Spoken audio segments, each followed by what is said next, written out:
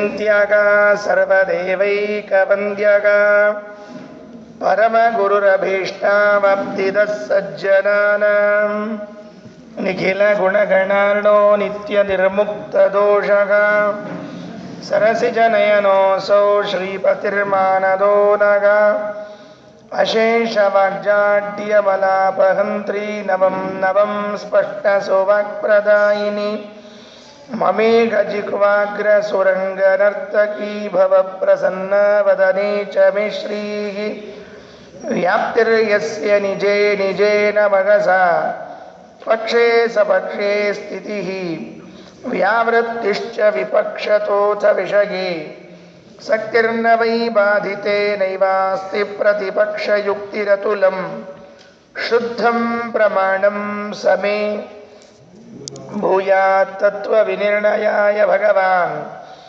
ಆನಂದತೀರ್ಥೋ ಮುನಿಃ ವಾಣಿತೆ ಕರವಾಣ್ಯಂಬ ಚರಣೋ ಹೃದಯ ಸರ್ವದಾ ಮಧ್ವಾಕ್ಯ ಸರಣಿರ್ಭೂಯಾತ್ ಶ್ರೀಮದಾಚಾರ್ಯ ಭಾವಗ ನಮೋಸ್ತು ತಾತ್ವಿಕಾ ದೇವಾಃ ವಿಷ್ಣುಭಕ್ತಿಪರಾಯಣಾಃ ಧರ್ಮಮಾರ್ಗೇ ಪ್ರೇರಯಂತು ಭವಂತಃ ಸರ್ವ ಏವ ಹಿ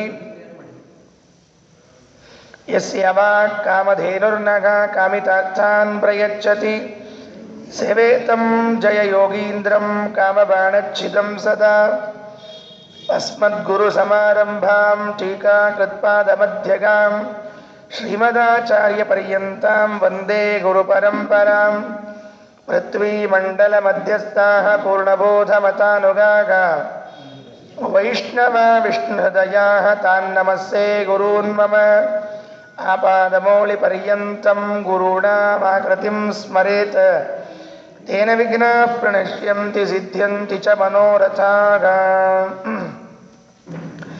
ಓಷ್ಠಾಪಿಧಾನಾನಕುಲೀದಂತೈಃ ಪರಿವೃತಾ ಪವಿಃ ಸರ್ವಸ್ಯೈವಾಚ ಈಶಾನಾ ಚಾರುಮಾಮಿಹ ವಾದಯೇತ್ ಕಾಂತಾಯ ಕಲ್ಯಾಣಗುಣೈಕಧಾಮ್ನೇ ನಮದ್ಯುನಾಥ ಪ್ರತಿಮಪ್ರಭಾಯ ನಾರಾಯಣಾಯ ಅಖಿಲಕಾರಣಾಯ ಶ್ರೀಪ್ರಾಣನಾಥಾಯ ನಮಸ್ಕರೋಮಿ ಅಧೀತ್ಯ ಧರ್ಮೇಣ ಷಡಂಗಮಾಗಮಂ ತದರ್ಥ ಸಂವರ್ಣನ ನಿರ್ಣಯಾನ್ವಿತಾಃ ಪ್ರಾಪುರ್ದ್ವಿಜೇಂದ್ರಾಸ್ತಮಪೂರ್ವಪೌರುಷಂ ಜಿಜ್ಞಾಸವಃ ಸುಪ್ರಥಿತಂ ಜಗತ್ರಯೇ.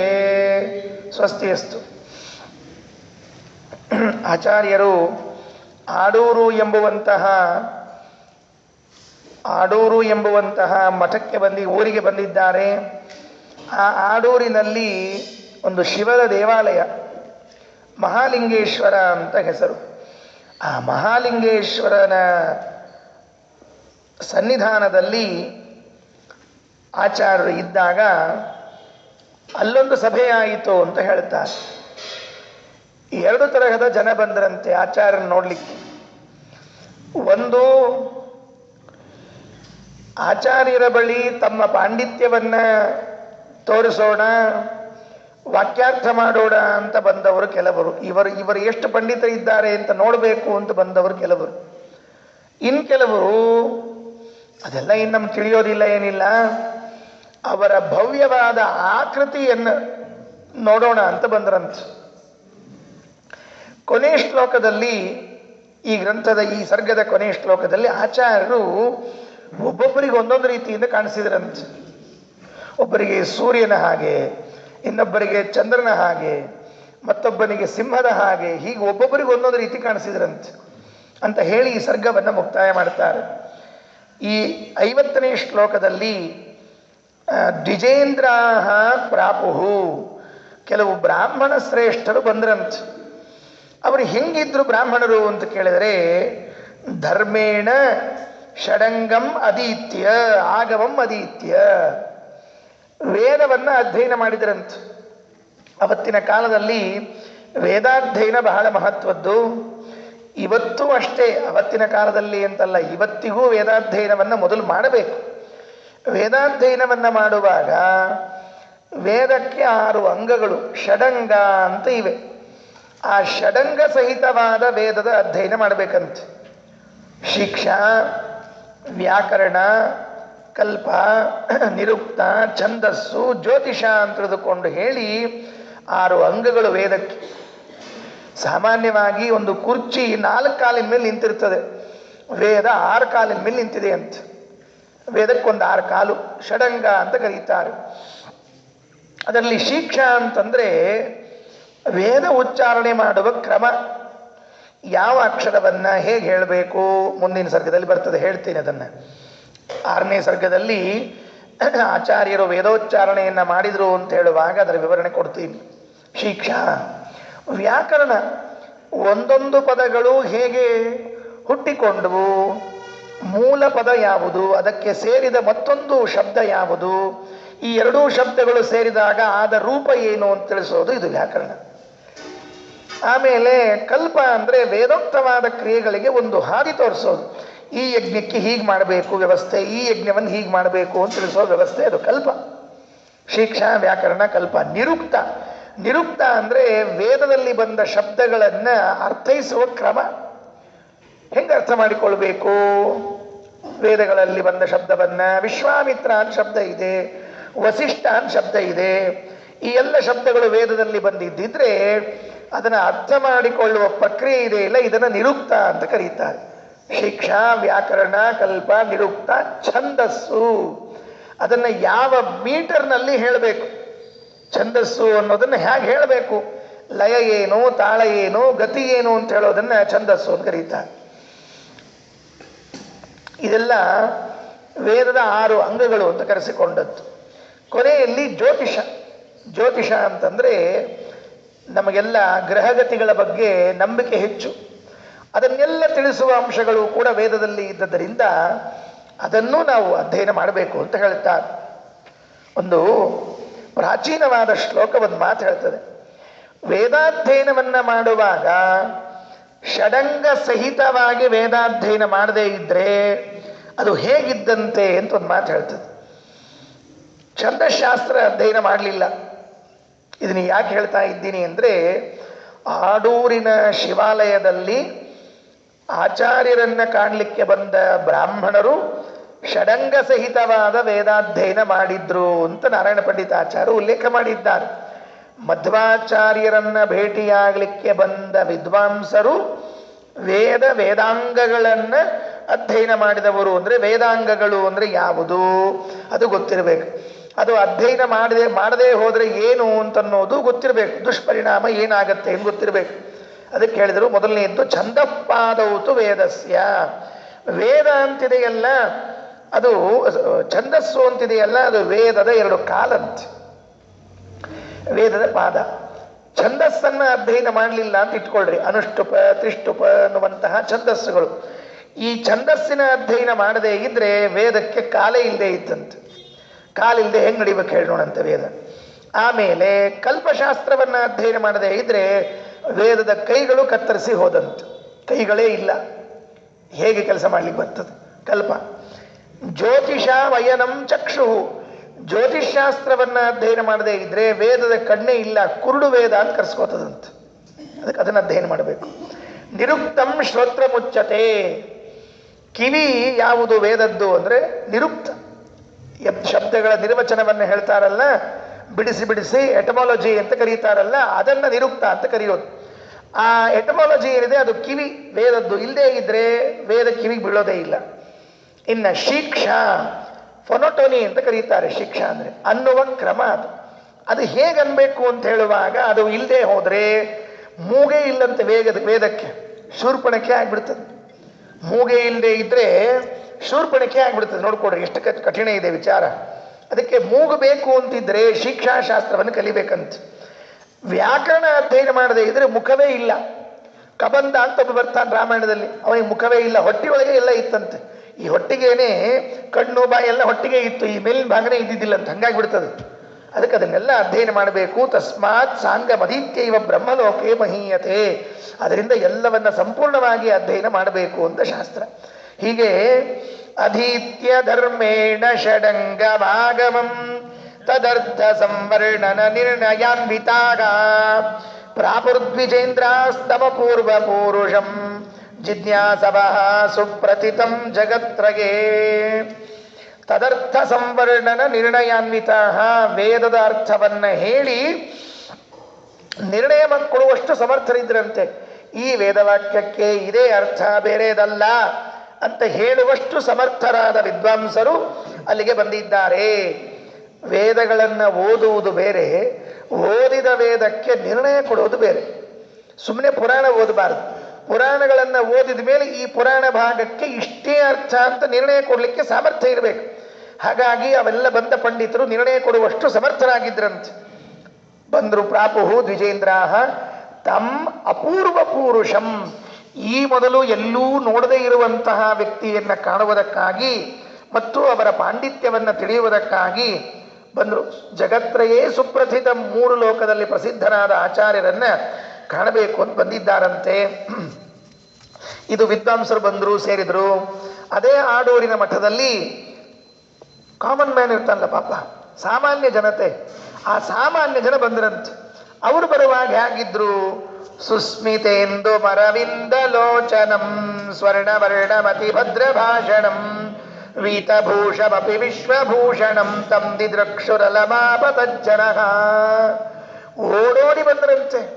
ಮಧ್ವಾಚಾರ್ಯ ಬಂದಾರ, ನೋಡೋಣ ಬರ್ರಿ ನೋಡೋಣ ಬರ್ರಿ, ಆನಂದ ತೀರ್ಥರು ಬಂದಿದ್ದಾರೆ ಅಂತ ತಂ ದಿದೃಕ್ಷು ಅಲಂ ಆಪತಜ್ಜನ, ಒಬ್ಬರ ಮೇಲೊಬ್ರು ಬಿದ್ರಂತೆ. ನೋಡೋ ಅವಸರದಲ್ಲಿ ಹೆಂಗಿತ್ ಪರಿಸ್ಥಿತಿ ಇದ್ರೆ ಒಬ್ಬರ ಮೇಲೊಬ್ರು ಬಿದ್ರಂತೆ. ಈ ಮುದ್ರಾ ತಗೊಳ್ಳೋ ಕಾಲಕ್ಕೆ ಸ್ವಾಮಿಗಳ ಮೇಲೆ ಬೀಳ್ತಿರ್ತಾರಲ್ಲ, ಹೋಗಿ ಅವ್ರು ಕೊಡ್ತಿರ್ತಾರೆ, ಕೊಡ್ತೀನಿ ಕೊಡ್ತೀನಿ ಅಂತ ಹೇಳ್ತಿರ್ತಾರೆ. ಭಕ್ತಿ ಜಾಸ್ತಿ ನಮಗೆ, ನೀವು ಕೊಡೋದು ಲೇಟ್ ಮಾಡಿಬಿಟ್ರೆ ಎಲ್ಲಾದ್ರು ಅಂತ ಅವ್ರ ಮೇಲೆ ಬಿದ್ಬಿಡೋದು ಅವ್ರು. ಹಿಂಗಾಗಿ ಅಲಮ ಪತಜ್ಜನ, ಮಂತ್ರಾಕ್ಷತೆ ಕೊಡ್ತೀನಿ ಅಂತ ಹೇಳ್ತಿರ್ತಾರೆ. ವಿಶ್ವಾಸ ಇಲ್ಲ, ತಡೆಯೋ ಹಂಗಿಲ್ಲ, ಪುರುಸೊತ್ತೇ ಇಲ್ಲ, ಬುಟ್ಟಿಗೆ ಕೈ ಹಾಕ್ಬಿಡೋದು ಕೆಲವರೆಲ್ಲ. ಅದಕ್ಕೆ ತಂ ದಿದೃಕ್ಷು ಅಲಂ ಆಪತಜ್ಜನ, ಅವರನ್ನು ನೋಡಬೇಕು ಅಂತ ಓಡೋಡಿ ಬಂದ್ರಂತ. ವಿದ್ವಾಂಸರು ಪ್ರಾಪುಹು, ಸಾಮಾನ್ಯ ಜನರು ಆಪತತ್. ಎಷ್ಟಂತ ಹೇಳ್ತಾರೆ ನಾರಾಯಣ ಪಂಡಿತಾಚಾರ್ಯ. ವಿದ್ವಾಂಸರು ಬರುವಾಗ ಅವ್ರದೊಂದು ಗಂಭೀರವಾಗಿ ನಡಿಗೆಯಿಂದ ಬಂದು ಆಚಾರ್ಯರ ಬಳಿ ಸೇರ್ಕೊಂಡ್ರು. ಈ ಸಾಮಾನ್ಯ ಜನ ಎಲ್ಲ ಹ್ಯಾಂಗ್ ಬಂದು ಸೇರ್ಕೊಂಡ್ರು ಅಂದ್ರೆ ಓಡೋಡಿ ಬಂದು ಸೇರ್ಕೊಂಡ್ರಂತ. ಹೆಂಗಿದ್ರ ಆಚಾರ್ಯರು, ಎಂಥವ್ರನ್ನ ಕಂಡ್ರು? ಸುಸ್ಮಿತೇಂದು ಅರವಿಂದ ಲೋಚನಂ, ಸುಸ್ಮಿತ ಇಂದು ಅರವಿಂದ ಲೋಚನ, ಕಣ್ಣರಳಿದ ಮುಗುಳ್ನಗೆಯಿಂದ ಕೂಡಿದ ಆಚಾರ್ಯರ ಮುಖವನ್ನು ಕಂಡ್ರಂತೆ.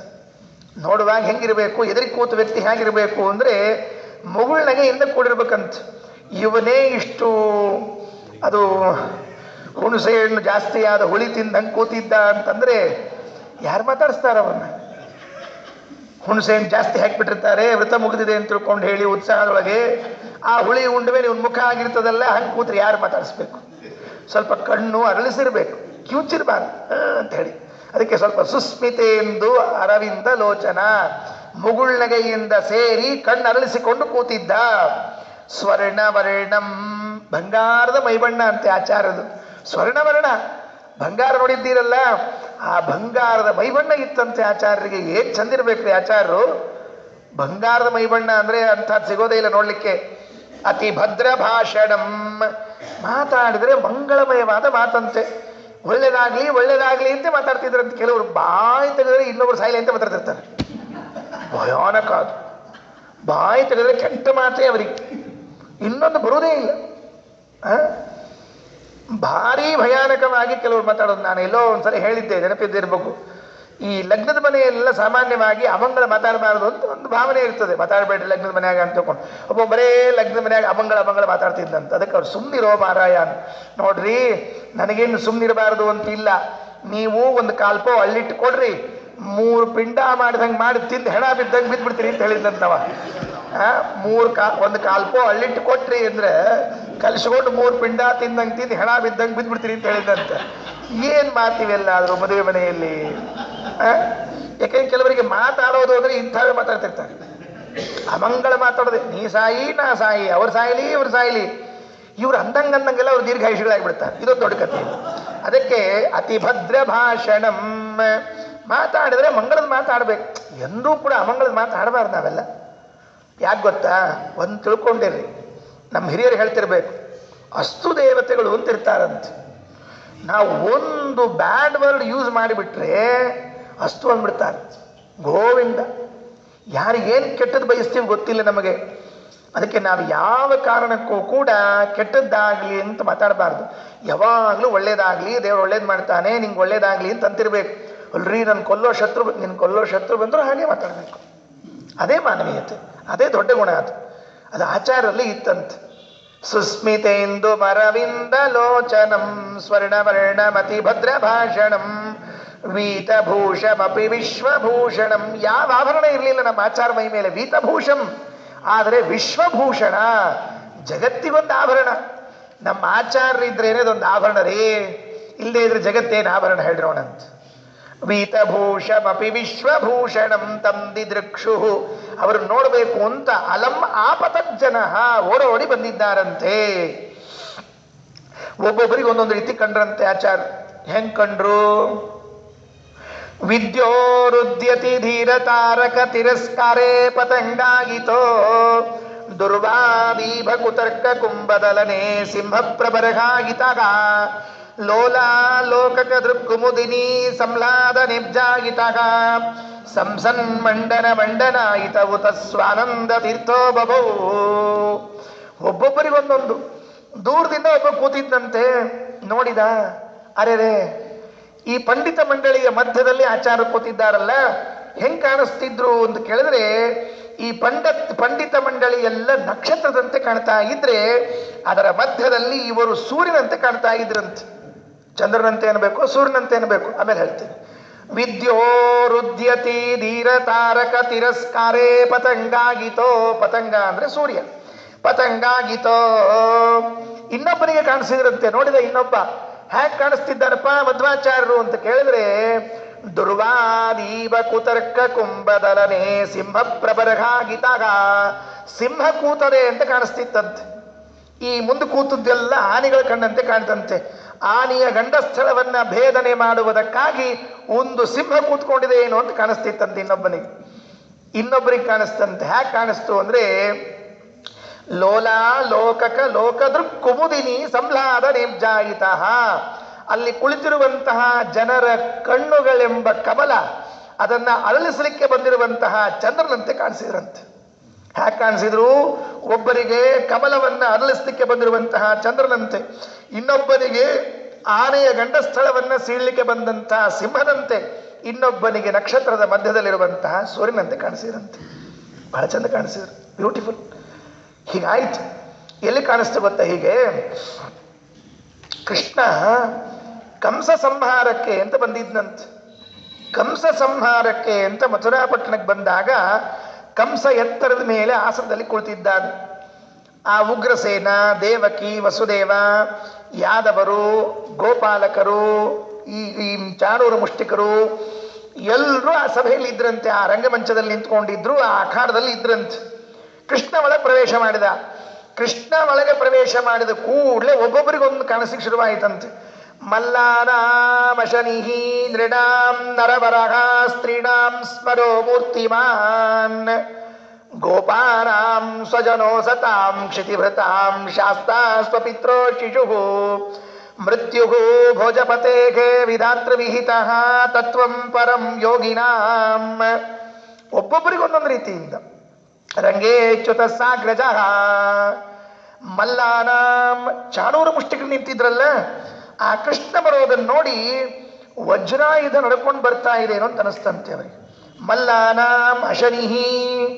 ಸತ್ಯಧರ್ಮ ತೀರ್ಥರು ಮಲ್ಲಾನಾಮ ಶನಿಹಿ, ಮಲ್ಲರಿಗೆ ಶನಿಗ್ರಹನೇ ನಡ್ಕೊಂಡು ಬಂದ ಕಾಣಿಸ್ತಿಗತ್ತಿತ್ತಂತ. 7:30 ಅಂತಿರ್ತಾರೆ ನೋಡ್ರಿ. ಎಟ್ಟಾಗೆ ಟೈಮ್ ಅಂತ ಕೇರಂತ ಆಚಾರ. 7:30 ಅಂದ್ರಂತ, ಬರೋಬ್ಬರಿ ಹುಟ್ಟಿರಿ ಅಂತ ಹೇರಂತ. ಅದಕ್ಕೆ ಮಲ್ಲಾನಾಮ ಶನಿಹಿ, ಮಲ್ಲರಿಗೆ ಶನಿಗ್ರಹದಂತೆ ಅಥವಾ ಅಶನಿಹಿ. ಅಶನಿ ಅಂತಂದ್ರೆ ವಜ್ರ. ಮುಂದೇನು? ಸ್ತ್ರೀಣಾಂ ಸ್ಮರಹ. ಅಲ್ಲಿರುವ ಎಲ್ಲ ಸ್ತ್ರೀಯರಿಗೂ ಕೂಡ ಮನ್ಮಥನಂತೆ ಕಂಡಂತೆ. ಸ್ವಪಿತ್ರೋಹೋ, ತಂದೆ ತಾಯಿಗಳಿಗೆ ನಮ್ಮ ಮಗು ಕೃಷ್ಣ ಬಂದ ಅನ್ಕೊಂಡ್ರಂತೆ. ವಸುದೇವ ದೇವಕಿಯರಿಗೆ 11 ವರ್ಷ ಆಗಿತ್ತು, ನೋಡಿದ್ದಿಲ್ಲ ಪಾಪ. 11 ವರ್ಷ ಮಗನ್ ನೋಡದೆ ಇದ್ದಕ್ಕಿದ್ದಂತೆ ಕಂಡು ಬಿಟ್ರೆ ಏನು ಆನಂದ ಆಗಬೇಡ. ಅಯ್ಯೋ ನನ್ನ ಮಗ ಬಂದ ಅಂತ ಅವ್ರಿಗೆ ಖುಷಿ ಆಯ್ತಂತೆ. ಯಾರು ದುಷ್ಟರಾದ ರಾಜರು ಇದ್ರಲ್ಲ, ಯಮದೇವರೇ ಕೈಯಲ್ಲಿ ದಂಡ ಹಿಡ್ಕೊಂಡು ಬಂದಂಗೆ ಕಾಣಿಸ್ತಂತೆ ಅವರಿಗೆಲ್ಲ. ಈ ಕಂಸ ಕೂತಿದ್ನಲ್ಲ ಅವನಿಗೆ ಹ್ಯಾಕೆ ಕಾಣಿಸ್ತು ಅಂದ್ರೆ ಮೃತ್ಯು ಭೋಜಪತೇಗೆ, ಮರಣ ನಡ್ಕೊಂಡು ಬರ್ತಾ ಇದೆ ಏನೋ ಅಂತ ಅನಿಸ್ಬೇಕಂತೆ. ಒಬ್ಬೊಬ್ಬರಿಗೆ ಒಂದೊಂದು ಕಾಣಿಸ್ತು. ತತ್ವಂ ಪರಂ ಯೋಗಿನಾಂ, ಅಲ್ಲೇ ಕೆಲವು ಬ್ರಾಹ್ಮಣರು ಯೋಗಿಗಳು ಕೂತಿದ್ರಂತೆ, ಪರಬ್ರಹ್ಮ ಪರಮಾತ್ಮ ಬಂದಂತೆ ಕಾಣಿಸ್ತಂತೆ ಅವರಿಗೆ. ಹೀಗೆ ಒಬ್ಬ ಕೃಷ್ಣನೇ ಅನೇಕ ರೀತಿಯಿಂದ ಕಾಣಿಸಿದಂತೆ ಆ ಕೃಷ್ಣನ ಮೊದಲನೇ ಪ್ರತಿಬಿಂಬರಾಗಿರುವಂತಹ ಆಚಾರ್ಯರು ವಿದ್ಯೋರುದ್ಯುತಿ ಧೀರ ತಾರಕ ತಿರಸ್ಕಾರೇ ಪತಂಗಾಗಿತೋ, ಪತಂಗಾಗಿತ ಸೂರ್ಯನಂತೆ ಇದ್ದಾರೆ. ವಿದ್ಯೆ ಎಂಬ ಉರುದ್ಯುತಿ ಶ್ರೇಷ್ಠವಾದ ಕಾಂತಿ ಉಳ್ಳ ಧೀರ ಪಂಡಿತರೆಂಬ ತಾರಕ ನಕ್ಷತ್ರಗಳಿಗೆ ಪತಂಗಾಯಿತ ಸೂರ್ಯನಂತೆ ಇದ್ದವರು. ವಿದ್ಯೆ ಎಂಬ ಉರು ಶ್ರೇಷ್ಠವಾದ ದ್ಯುತಿ ಕಾಂತಿ. ವಾಸ್ತವಿಕವಾಗಿ ಏನಾಗಿತ್ತು ಅಂದ್ರೆ ಇವರಲ್ಲಿ ವಿದ್ಯೆ ಎಂಬುವಂತಹ ಕಾಂತಿ ಇತ್ತು ಪಂಡಿತರಲ್ಲಿ. ಆ ವಿದ್ಯೆ ಎಂಬ ಕಾಂತಿಯಿಂದ ಕೂಡಿರುವ ಈ ಪಂಡಿತರೆಲ್ಲ ಆಚಾರ್ಯರ ಮುಂದೆ ಹೆಂಗ್ ಕಂಡ್ರು ಅಂದ್ರೆ ನಕ್ಷತ್ರದಂತೆ ಕಂಡ್ರಂತೆ. ಯಾಕೆ? ಸೂರ್ಯ ಇದ್ದಾಗ ನಕ್ಷತ್ರ ಕಂಗೊಳಿಸೋದಿಲ್ಲ, ನೆನ್ಬಿಟ್ಕೊಳ್ರಿ. ಯಾವ ಕಣ್ಣಿಗೆ ಕಾಣಿಸೋದಿಲ್ಲ. ಸೂರ್ಯ ಇದ್ದಾಗ ನಕ್ಷತ್ರಗಳು ಕಾಣಿಸೋದೇ ಇಲ್ಲ. ಕಾಣಿಸ್ತೇನಪ್ಪ? ಆದರೂ ಮದುವೆ ಆದ್ಮೇಲೆ ಹೆಂಡತಿಗೆ ಅರುಂಧತಿ ನಕ್ಷತ್ರ ತೋರಿಸ್ತಾರೆ ಮಧ್ಯಾಹ್ನದಾಗ. ವಾಹ್ ಕ್ಯಾ ಬಾತ್ ಹೈ. ಮದುವೆ ಆಗ್ತದೆ, 9 ಗಂಟೆಗೆ ಅಕ್ಷತ, 12 ಗಂಟೆಗೆ ಹೊರಗೆ ಬರ್ತಾರೆ, ಹೆಂಡತಿನ ಕರ್ಕೊಂಡು ನಿಂತಿರ್ತಾರೆ. ಪುರೋಹಿತರು ಹೇಳ್ತಾರೆ, ನೋಡು ಅರುಂಧತಿ ನಕ್ಷತ್ರ ತೋರಿಸ್ತೀನಿ ಹೆಂಡತಿಗೆ. ಅವ ಹಿಂಗಂತಾನೆ, ನೋಡು ಅರುಂಧತಿ ನಕ್ಷತ್ರ. ಆಕೆ ಎಲ್ಲಿ ಕಾಣಿಸ್ಬೇಕು ಅರುಂಧತಿ? ಯಾವ ಅರುಂಧತಿ ಇಲ್ಲ, ನಕ್ಷತ್ರ ಇಲ್ಲ, ಎಲ್ಲಿಂದ ಕಾಣಿಸ್ಬೇಕು? ಮಧ್ಯಾಹ್ನ 12 ಗಂಟೆಗೆ ಎಲ್ಲಿಂದ ಅರುಂಧತಿ ನಕ್ಷತ್ರ ಕಾಣಿಸ್ತದೆ ರೀ ಸ್ವಾಮಿ? ಪಕ್ಕಕ್ಕಿದ್ದ ಅರುಂಧತಿ ಕಾಣಿಸಿದ್ರೆ ಸಾಕಾಗಿರ್ತದೆ. ಅದಕ್ಕೆ ಸೂರ್ಯ ಬಂದಾಗ ನಕ್ಷತ್ರಗಳು ಕಾಣೋದಿಲ್ಲ. ಅದಕ್ಕೆ ಹಿಂದೆಲ್ಲ ಗೋಧೂಳಿ ಮುಹೂರ್ತ ಲಗ್ನ ಮಾಡ್ತಿದ್ರು. ಗೋಧೂಳಿ ಮುಹೂರ್ತಕ್ಕೆ ಲಗ್ನ ಮಾಡಿದರೆ ಸಾಯಂಕಾಲ ಮುಗಿಸ್ಕೊಂಡು ಹೊರಗೆ ಬರೋದಕ್ಕೆ ಚಂದ್ರ ಬಂದಿರ್ತಿದ್ದ, ನಕ್ಷತ್ರಗಳು ಕಾಣ್ತಿದ್ವು. ಆವಾಗ ಅರುಂಧತಿ ನಕ್ಷತ್ರ ತೋರಿಸ್ತಿದ್ರು. ಈಗೆಲ್ಲಿ ತೋರಿಸು? ಈಗ ಮೊಬೈಲ್ನಾಗ ತೋರಿಸ್ಬೇಕಷ್ಟು, ಫೋಟೋ ಹೊಡಿಬೇಕಂತ ಹೇಳಿ. ಅದಕ್ಕೆ ಈಗ ಮೊಬೈಲ್ನಾಗ ತೋರಿಸು, ನೋಡಿ ಇಲ್ಲಿದ್ದಾಳೆ ಅರುಂಧತಿ ಅಂತ ಅನ್ಬೇಕಷ್ಟೆ. ಹಾಗಾಗಿ ಆ ಶ್ರೀಮದಾಚಾರ್ಯರೆಂಬ ಸೂರ್ಯನ ಮುಂದೆ ಈ ನಕ್ಷತ್ರಗಳು ಇವರೆಲ್ಲ ಮಂಕಾಗಿ ಕೂತಿದ್ರಂತೆ, ನಡೀಲಿಲ್ಲ ಅಂತ ಅರ್ಥ. ಎಷ್ಟು ಚೆನ್ನಾಗಿ ವರ್ಣನೆ ಮಾಡ್ತಾರೆ ನೋಡ್ರಿ, ರೂಪಕಾಲಂಕಾರ. ವಿದ್ಯೋರುದ್ಯತಿ ಧೀರ ತಾರಕ ತಿರಸ್ಕಾರೇ ಪತಂಗಾಗಿತೋ ದುರ್ವಾದಿ ಇಭ, ದುರ್ವಾದಿಗಳೆಂಬ ಇಭ ಅಂದ್ರೆ ಆನೆ, ಕುತರ್ಕ ಅವರ ಕುತರ್ಕಗಳೆಂಬ ಕುಂಭ ಗಂಡಸ್ಥಳವನ್ನ ದಲನೆ ಸೀಳುವುದರೊಳಗೆ ಸಿಂಹಪ್ರಬರಹಾಗಿತ, ಸಿಂಹದಂತೆ ಇದ್ರಂತ ನಮ್ಮ ಆಚಾರ್ಯ. ಲೋಲಾಲೋಕಕ ಲೋಕದೃಕ್ ಕುಮುದಿನಿ, ಚಂಚಲವಾದ ಕಣ್ಣುಗಳಿಂದ ಕೂಡಿದ ಜನರ ಕಣ್ಣುಗಳೆಂಬ ಕಮಲಕ್ಕೆ. ಜನರ ಕಣ್ಣುಗಳೆಲ್ಲ ಹೆಂಗಿತ್ತು ಅಂದ್ರೆ ಚಂಚಲ ಆಗಿತ್ತಂತೆ. ಅಲ್ಲಿ ಕೂತವರೆಲ್ಲ ಕ್ಷಣ ಕ್ಷಣದಲ್ಲಿ ಕಣ್ಮುಚ್ಚೋದು ತೆಗೆಯೋದು, ಕಣ್ಣಳಿಸೋದು, ಕಣ್ಣು ನೋಡೋದು. ಯಾಕೆ ಅಂದ್ರೆ ಆಚಾರ ರೂಪ ಅಷ್ಟು ಚೆನ್ನಾಗಿತ್ತಂತೆ. ಲೋಲಾಲೋಕಕ, ಲೋಲ ಅಂದ್ರೆ ಚಂಚಲ. ಆ ಚಂಚಲದ ನೋಟ ಇರುವಂತಹ ಕಣ್ಣುಗಳಿಂದ ಕೂಡಿದ ಈ ಜನರಿಗೆ ಆಚಾರ್ಯರು ಹೆಂಗಿದ್ರು ಅಂದ್ರೆ ಚಂದ್ರನಂತೆ ಇದ್ರಂತೆ. ಯಾಕೆ? ಚಂದ್ರ ಬಂದಾಗ ಕಮಲ ಅರಳುತ್ತದೆ, ರಾತ್ರಿ ಕಮಲ. ಅದಕ್ಕಾಗಿ ಸಂಸನ್ ಮಂಡನ ಮಂಡನಾಗಿತವು ತಸ್ವಾನಂದ ತೀರ್ಥೋ ಬಭೂ. ಆ ಸಭೆಗೆ ದೊಡ್ಡ ಅಲಂಕಾರರಾಗಿರುವಂತಹ ಆಚಾರ್ಯರು ಶೋಭಿಸಿದರು ಅಂತ ಹೇಳ್ತಾ 5ನೇ ಸರ್ಗವನ್ನು ಮುಕ್ತಾಯ ಮಾಡ್ತಾರೆ. ಎಲ್ಲಿಗೆ ಮುಗಿಸಿದರು? ಆಚಾರ್ಯರು ದಕ್ಷಿಣ ಭಾರತ ಯಾತ್ರೆಯನ್ನು ಮಾಡಿಕೊಂಡು ಆಡೂರಿಗೆ ಬಂದು ಮಹಾಲಿಂಗೇಶ್ವರ ದೇವಾಲಯದಲ್ಲಿ ಇದ್ದಾಗ ಎಲ್ಲ ವಿದ್ವಾಂಸರು ಸಾಮಾನ್ಯ ಜನರು ಕೂತಿದ್ದಾರೆ. ವಿದ್ವಾಂಸರಿಗೆ ಒಂದು ರೀತಿಯಿಂದಲೂ ಸಾಮಾನ್ಯ ಜನರಿಗೆ ಒಂದು ರೀತಿಯಿಂದಲೂ ಕಾಣಿಸಿದರು ಅಂತ ಹೇಳ್ತಾ ಇತಿ ಶ್ರೀಮತ್ ಕವಿಕುಲ ತಿಲಕ ಶ್ರೀ ತ್ರಿವಿಕ್ರಮ ಪಂಡಿತಾಚಾರ್ಯ ಸುತ ನಾರಾಯಣ ಪಂಡಿತಾಚಾರ್ಯ ವಿರಚಿತೆ ಸುಮಧ್ವ ವಿಜಯ ಮಹಾಕಾವ್ಯ ಆನಂದಾಂಕಿತೆ ಪಂಚಮ ಸರ್ಗ ಸಮಾಪ್ತ. ಶ್ರೀಕೃಷ್ಣಾರ್ಪಣಮಸ್ತು. 5ನೇ ಸರ್ಗ ಮುಕ್ತಾಯ ಆಯಿತು. ಇನ್ನು 6ನೇ ಸರ್ಗ ಪ್ರಾರಂಭ. 7-5 ನಿನ್ನೆ 35ನೇ ದಿವಸ. ನಿನ್ನೆ 5ನೇ ಸರ್ಗ ಮುಗಿಬೇಕಾಗಿತ್ತು, ಒಂದು ಎಕ್ಸ್ಟೆಂಡ್ ಆಯಿತು, 3 ಶ್ಲೋಕ ಇವತ್ತು ಬಂದದ. ಇವತ್ತು 36ನೇ ದಿವಸ ಆದ್ದರಿಂದ 6ನೇ ಸರ್ಗ ಪ್ರಾರಂಭ. ಇನ್ನು 7 ದಿವಸ ಸರಿಯಾಗಿ 6ನೇ ಸರ್ಗ ಮುಕ್ತಾಯ ಆಗಬೇಕು. ಆಗ 8 ಶ್ಲೋಕ ಹೇಳ್ಬೇಕು ದಿವಸಕ್ಕೆ 6ನೇ ಸರ್ಗದ್ದು. ಆಗ ಸರಿಯಾಗಿ 6ನೇ ಸರ್ಗ ಮುಗೀತದೆ. 6ನೇ ಸರ್ಗದಲ್ಲಿ ಏನು ಅಂದರೆ ಆಚಾರ್ಯ ಬದರಿ ಯಾತ್ರೆ ಹೊರಟ್ಬಿಡ್ತಾರೆ. ಮುಗಿದೋದ ಕೆಲಸ. ಭಾರಿ ಅದ್ಭುತ. ಬದರಿ ಯಾತ್ರೆ ಅಂದರೆ ನಾವು ಇಲ್ಲಿ ಕೂತಲ್ಲೇ ಬದರಿ ತೋರಿಸ್ಬಿಡ್ತಾರೆ ನಮಗೆ ಆಚಾರ್ಯ. ಇಲ್ಲೇ ಕೂತಿರ್ತೀವಿ. ನೀವು ಧಾರವಾಡದಲ್ಲಿ ಪ್ರಹ್ಲಾದ ವಿದ್ಯಾರ್ಥಿನಲ್ಲಿ ಇಲ್ಲೇ ಕೂತಿದ್ರು ಬದರಿಗೆ ಹೋಗಿ ಬರ್ತೀರಿ ನೀವೆಲ್ಲ. ಅಷ್ಟು ಚೆನ್ನಾಗಿ ಬದರಿ ಯಾತ್ರೆಯನ್ನು ಮಾಡಿಸ್ತಾರೆ ಆಚಾರ್ಯರು. 6, 7, 8ನೇ ಸರ್ಗದವರೆಗೆ 3 ಸರ್ಗ ಬದರಿ ಯಾತ್ರೆ ಆನಂದ. 6ನೇ ಸರ್ಗದ ಅರ್ಧ ಭಾಗದಿಂದ ಹೊರಟು ಬಿಟ್ಟರೆ ಆಚಾರ್ಯರು 9ನೇ ಸರ್ಗಕ್ಕೆ ತಿರುಗಿ ಮತ್ತೆ ಉಡುಪಿ ಬರೋದು, ಅಲ್ಲಿ ತನಕ ಬರೋದೇ ಇಲ್ಲ. ಬದರಿ ಕ್ಷೇತ್ರದಲ್ಲೇ ಇರೋದು. ಅಷ್ಟು ಸುಂದರವಾಗಿ ಬದರಿ ಯಾತ್ರೆ ವರ್ಣನೆ ಮಾಡ್ತಾರೆ. 6ನೇ ಸರ್ಗ ಪ್ರಾರಂಭ ಮಾಡ್ತೀವಿ. ಇಲ್ಲೇ ಆಡೂರಿನಲ್ಲಿ ಒಂದು ಘಟನೆ ಆಯಿತಂತೆ. ಅದು ಏನು ಅಂತ ವರ್ಣನೆ ಮಾಡ್ತಾರೆ. 6ನೇ ಸರ್ಗ ಪ್ರಾರಂಭ. ಶ್ರೀ ಗುರುಭ್ಯೋ ನಮಃ. ಐತರೇಯ ಮತ ಕಿಂಚನ ಸೂಕ್ತಂ ಸೂಚಯನ್ ಸರಸಿ ತತ್ರ ಗರಿಷ್ಠಃ ಶ್ರೋತುಮಿಚ್ಛತಿ ಸಭಾ ಭಗವದ್ಭ್ಯಃ ಸೂಕ್ತ ಭಾವಮಿತಿ ತಾವದುವಾಚ. ಅಲ್ಲಿ ಕುಳಿತ ಪಂಡಿತರೆಲ್ಲ ಆಚಾರ್ಯರ ವಿದ್ಯಾ ಪರೀಕ್ಷೆಯನ್ನು ಮಾಡಬೇಕು ಅಂತ ಬಂದಿದ್ರು. ಅವ್ರು ಹೇಳಿದ್ರು. ಹೆಂಗ್ ಬಂದಿದ್ರು ಅವರು? ತದರ್ಥ ಸಂವರ್ಣನ ನಿರ್ಣಯಾನ್ವಿತಾ, ಷಡಂಗ ಸಹಿತವಾಗಿ ವೇದಾಧ್ಯಯನ ಮಾಡಿ ಬಂದ ವಿದ್ವಾಂಸರು ಆಚಾರ್ಯರನ್ನ ಪರೀಕ್ಷೆ ಮಾಡೋಣ ಅಂತ ಬಂದ್ರಂತ. ಎಲ್ಲಿ ಹೋದ್ರೂ ಮಧ್ವಾಚಾರ್ಯರಿಗೆ ಪರೀಕ್ಷೆನೆ. ಯಾಕೆ ಗೊತ್ತಾ? ಸರ್ವಜ್ಞರಿಗೆ ಯಾವಾಗಲೂ ಪರೀಕ್ಷೆನೇ ಇರ್ತದೆ. ಅಲ್ಪಜ್ಞರಿಗೆ ಫೇಲ್ ಮಾಡೋದು ಗ್ಯಾರಂಟಿ. ನಮ್ಮಂಥವರಿಗೆ ಪರೀಕ್ಷೆಯಲ್ಲಿ ನಪಾಸೆ ಮಾಡ್ತಾರೆ. ಸರ್ವಜ್ಞರಾಗಿದ್ರೆ ಪ್ರಶ್ನೆಗಳನ್ನು ಕೇಳ್ತಿರ್ತಾರೆ. ಆ ಮಹಾಲಿಂಗೇಶ್ವರ ದೇವಾಲಯದಲ್ಲಿ ಆಡೂರಿನಲ್ಲಿ ಆಚಾರ್ಯ ಕುಳಿತಿರುವಾಗ ದೊಡ್ಡ ಸಭೆ ನೆರೆದಿದೆ. 100 ಜನ ವಿದ್ವಾಂಸರು ಅಂದ್ರೆ ಏನ್ರಿ, ಅಖಂಡ ಪಂಡಿತ ಮಂಡಳಿ ತಾಂಡವಾಡ್ತಾ ಅದ ಅಲ್ಲಿ. ಆ ಸಾಮಾನ್ಯ ಜನತೆ ಹಿಂದೆ ಕೂತಿದ್ದಾರೆ. ಹಿಂದೆ ಕೂತವರೆಲ್ಲ ಮಾತಾಡ್ತಿದ್ದಾರಂತೆ. ಏನು ಚಂದಿದ್ದಾರೆ ಸ್ವಾಮಿಗಳು, ಇಷ್ಟು ಯಾಕೆ ಸ್ವಾಮಿಗಳಾಗ್ಲಿಕ್ಕೆ ಹೋದ್ರೋ ಏನೋ. ಹಿಂದೆ ಕೂತವ್ರು ಮಾತಾಡ್ತಿರ್ತಾರೆ ನೋಡ್ರಿ. ಏನು ಅವಸರ ಇರ್ತೋ ಏನೋ, ಪಾಪ ಮನ್ಯಾಗ ಅವ್ರವ್ರ ತಾಸು ಏನಿರ್ತಾವೋ ಏನೋ. ಯಾಕಂದ್ರೆ ಈ ತ್ರಾಸ ಆದಾಗ ಸ್ವಾಮಿಗಳಾಗೋದು ಹಿಂಗೆ ಇರ್ತಲ್ಲ, ಹಂಗೆ ಅಂತ ಮಾತ್ರ ಕೂತಿದ್ರು. ಈ ಮುಂದೆ ಕೂತವರೆಲ್ಲ ಪಾಪ ಕೆಲವು ವಿದ್ವಾಂಸರು ನೋಡ, ಈ ಸ್ವಾಮಿಗಳು ಬರೋಬ್ಬರಿ ಕೆಡವ್ತೀವಿ ನೋಡ ಈ ಸಲ. ಇಷ್ಟೆಲ್ಲ ಭಾಳ ಶಾಣೆತನ ಮಾಡ್ಲಿಕ್ಕೆ ತರ ಸ್ವಾಮಿಗಳು, ಭಾಳ ಊರು ಅಡ್ಡಾಡದೆಲ್ಲ ಪಂಡಿತರು ಸೋಲ್ಸ್ಯಾರಂತ. ನಮ್ಮಂಥವ್ರು ಎದುರು ಸಿಕ್ಕಿರ್ಲಿಕ್ಕಿಲ್ಲ ಅವರಿಗೆ, ಬರೋಬ್ಬರಿ ಮಾಡ್ತೇನೆ ಅಂಥೇಳಿ ಮುಂದೆ ಕೂತ್ಕೊಂಡವ್ರು ಪಂಡಿತರು. ಸಭೆಯೊಳಗೆ ಮುಂದಿನ ಸಾಲಿನಾಗ ಕೂತು ಪಂಡಿತರೆಲ್ಲ ಗುಸು ಗುಸು ಅಂತ ಒಂದು ಬೇರೆ ಹರಟೆ ಹೊಡಿತಿರ್ತಾರೆ. ಹಿಂದಿನ ಸಾಲಿನಾಗ ಕೂತು ಸಾಮಾನ್ಯ ಜನತೆ ಅದೊಂದು ಬೇರೆ ಹರಟೆ ಹೊಡಿತಿರ್ತಾರೆ. ಯಾವಾಗ ಮುಗೀತದೋ ಏನೋ ಸ್ವಾಮಿಗಳ ಆಶೀರ್ವಚನ, ಯಾವಾಗ ಊಟದ ವ್ಯವಸ್ಥೆ ಅದನೋ ಏನೋ, ಮತ್ತು ಊಟಕ್ಕೆ ಇಲ್ಲೇ ಅದನೋ ಮನೆಗೆ ಹೋಗಿ ಮಾಡ್ಬೇಕೋ ಏನೋ. ಮನೆಗೆ ಹೋದ್ರೆ ಮೊದಲೇ ಹೇಳಿದ್ರೆ ಇಟ್ಕೊಂಡ್ರೆ ಬರ್ತಿದ್ವಿ, ಹೀಗೆಲ್ಲ ಶುರು ಆಗ್ತಾವ. ಅದಕ್ಕೆ ಈ ಮುಂದಿನ ಸಾಲು ಹಿಂದಿನ ಸಾಲೆಲ್ಲ ವ್ಯತ್ಯಾಸ ಇರ್ತದ್ರಿ. ಆ ಮುಂದಿನ ಸಾಲಿನಲ್ಲಿ ಇದ್ದಾಗ ಕೆಲವೆಲ್ಲ ಪಂಡಿತರು ಮಾತಾಡ್ಕೊಂಡಿದ್ರಂತೆ. ಏನು ಹೇಳ್ಬೋದು, ಏನು ಕೇಳಬೇಕು ಇವರಿಗೆ, ಏನಾದರೂ ಕೇಳಬೇಕು, ಅವರಿಗೆ ಬರಬಾರ್ದು ಅಂತ ಅನಿಸ್ಬೇಕು ಅಂತ ಹೇಳಿ ಯಾವಾಗಲೂ ಕೆಲವರಿಗೆ ಬೇಕು ಅಂತ ಬುದ್ಧಿಪೂರ್ವಕ ಅಂತ ಪ್ರಶ್ನೆ ಕೇಳ್ತಿರ್ತಾರೆ. ಹೇಳಲಿಕ್ಕೆ ಬಂದಿರಬಾರ್ದ್ರಿ ಅಂಥ ಪ್ರಶ್ನೆ ಕೇಳ್ಕೂತ್ಬಿಡೋದು. ಐತರೇಯ ಮತ ಕಿಂಚನ ಸೂಕ್ತಂ ಸೂಚಯನ್ ಸರಸಿ ತತ್ರ ಗರಿಷ್ಠಃ ಶ್ರೋತುಮಿಚ್ಛತಿ ಸಭಾ ಭಗವದ್ಭ್ಯಃ ಸೂಕ್ತ ಭಾವಮಿತಿ ತಾವದುವಾಚ. ಒಬ್ಬ ಪಂಡಿತರು ಎದ್ದು ನಿಂತರು ಸಭೆ ಮಧ್ಯದಲ್ಲಿ. ಶಾಂತಿ ಶಾಂತಿ ಅಂತ ಹೇಳಿದ್ರು. ಎಲ್ಲರೂ ಗದ್ದಲ ಹಾಕೋದು ನಿಲ್ಲಿಸಿದ್ರು. ಗುಸು ಗುಸು ಗುಸು ನಡೆದಿತ್ತು. ಕೂಡ್ಲಿಕ್ಕತ್ತಿದ್ರು ಇನ್ನೂ ಕೆಲವರು ನಿಂತಿದ್ರು. ಕೂಡ್ರಿ ಅಂತ ಕೈ ಮಾಡಿ ನಿಲ್ಲಿಸಿಬಿಟ್ಟು ಒಬ್ಬ ಬಂದು ಮುಂದೆ ನಿಂತ್ಕೊಂಡು ಆಚಾರ್ಯರಿಗೆ ಪಾದ ಮುಟ್ಟಿ ನಮಸ್ಕಾರ ಹಾಕಿ ಕೈ ಜೋಡಿಸಿಕೊಂಡು ವಿನಯವಾಗಿ ಪ್ರಾರ್ಥನೆ ಮಾಡಿದ್ದಂತೆ. ಏನು ಪ್ರಾರ್ಥನೆ ಮಾಡಿದ? ಈ ಸಭೆಯಲ್ಲಿ ಇದ್ದ ಎಲ್ಲ ವಿದ್ವಾಂಸರು ಪಾಮರರು ಎಲ್ಲರೂ ನಿಮ್ಮಿಂದ ಒಂದು ವೇದಾರ್ಥವನ್ನು ಕೇಳಬೇಕು ಅಂತ ಅಪೇಕ್ಷೆ ಇಟ್ಕೊಂಡಿದ್ದಾರೆ. ಆ ವೇದದ ಅರ್ಥವನ್ನು ನೀವು ಹೇಳಬೇಕು, ನಮಗೆಲ್ಲ ಮನದಟ್ಟಾಗುವಂತೆ ಅರ್ಥ ತಿಳಿಸ್ಬೇಕು ಅಂತ ಕೇಳ್ಕೊಂಡ್ರಂತೆ. ಹೆಂಗೆ ಪ್ರಶ್ನೆ ಇರ್ತದೆ ನೋಡ್ರಿ. ಬಂದವ್ರಿಗೆ ಇದ್ದಕ್ಕಿದ್ದಂಗೆ ಇದನ್ನು ಹೇಳ್ರಿ ಅಂತಂದ್ರೆ ಎದೆ ಒಡೆದು ಹೋಗ್ತದ್ರಿ, ಗಾಬರಿ ಆಗ್ಬಿಡ್ತದ. ಭಾಗವತ ಒಂದು 50-60 ಸಲ ಹೇಳಿರ್ತಾರೆ. ಹೇಳ್ರಿ ಅಂದ್ರೆ ಹ್ಞೂ ಅಂದ್ಬಿಡ್ಬೋದು. ಮಹಾಭಾರತ ಎಲ್ರಿಗೂ ಗೊತ್ತಿರೋ ಕಥೆ ಇರ್ತದೆ, ಹ್ಞೂ ಅಂದ್ಬಿಡ್ಬೋದು.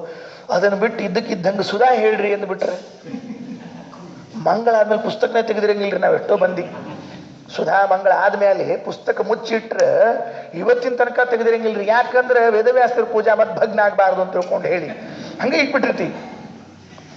ಈ ವೇದಾರ್ಥ ಹೇಳ್ರಿ ಕೇಳಿ ಏನು ಹೇಳ್ಬೇಕು ಹೇಳ್ರಿ ಅಂತ ವೇದಾರ್ಥ. ಸಭೆಯಲ್ಲಿ ಒಬ್ಬ ಎದ್ದು ನಿಂತ. ಐತರೇಯ ಮತ ಕಿಂಚನ ಸೂಕ್ತಂ. ಯಾವ ಸೂಕ್ತ ಹೇಳಬೇಕು, ಯಾವ ವೇದಾರ್ಥ ಹೇಳಬೇಕು ಅಂದ್ರೆ ನೀವೀಗಾಗಲೇ ಪ್ರಿಪೇರ್ ಆಗಿ ಬಂದದ್ದನ್ನು ಹೇಳಬಾರ್ದು, ನಾವು ಕೊಡೋದನ್ನು ಹೇಳಬೇಕು. ಅದು ಬುದ್ಧಿವಂತ ಲಕ್ಷಣ. ನೀವೆಲ್ಲ ತಯಾರಿ ಮಾಡ್ಕೊಂಡು ಬಂದು ಕೂತಿದ್ರಿ ಅದನ್ನು ಹೇಳಿದ್ರೆ ಅದಲ್ಲ, ನಾವು ಹೇಳೋದು ಹೇಳಿ. ಯಾವುದು? ಐತರೇಯ ಬಂತು ನೋಡ್ರಿ. ಐತರೇಯ ಸೂಕ್ತ ಏನಿದೆ, ಐತರೇಯಂ ಅದರಲ್ಲಿ ಅಥ ಕಿಂಚನ ಸೂಕ್ತಂ. ಐತರೇಯದಲ್ಲೂ ಕೂಡ ಒಂದು ಸೂಕ್ತ, ಆ ಋಗ್ವೇದಕ್ಕೆ ಸಂಬಂಧಪಟ್ಟದ್ದು ಐತರೇಯ. ಅದರಲ್ಲಿ ಇರುವಂತಹ ಒಂದು ಸೂಕ್ತವನ್ನ ಆರಿಸಿ ಎದ್ದು ವಿದ್ವಾಂಸ ಹೇಳಿದಂತೆ ಸೂಚಯನ್, ಅದರ ಸೂಚನೆಯನ್ನ ಮಾಡ್ತಾ ಸದಸಿ ಸಭೆಯಲ್ಲಿ ತತ್ರ ಗರಿಷ್ಠ ಒಬ್ಬ ಶ್ರೇಷ್ಠ ವಿದ್ವಾಂಸರು ಎದ್ದು ನಿಂತು, ಆಚಾರ್ಯರೇ ಶ್ರೋತುಮಿಚ್ಛತಿ ಸಭಾ, ಈ ಸಭೆ ಇದೆಯಲ್ಲ ನಿಮ್ಮ ಬಾಯಿಯಿಂದ ಕೇಳಬೇಕು ಅಂತ ಅಪೇಕ್ಷೆ ಇಟ್ಕೊಂಡಿದೆ. ದಯಮಾಡಿ ಮಹದನುಗ್ರಹ ಮಾಡಿ ಮಹಾಸ್ವಾಮಿಗಳು ಇದನ್ನು ಉಪನ್ಯಾಸ ಮಾಡಬೇಕು. ನಾವೆಲ್ಲ ಕೇಳಿ ಪುನೀತರಾಗ್ತೀವಿ ಅಂತ ವಿನಯದಿಂದ ಹೇಳಿದ್ರಂತ. ವಿನಯ ಇದ್ದಿದ್ದಿಲ್ಲಲ್ಲಿ, ಅಲ್ಲಿ ವಿನಯ ಇದ್ದಿದ್ದಿಲ್ಲ, ಅಲ್ಲಿ ಇದ್ದದ್ದು ಇವ್ರನ್ನ ಸೋಲಿಸ್ಬೇಕು ಅನ್ನೋ ಬುದ್ಧಿ.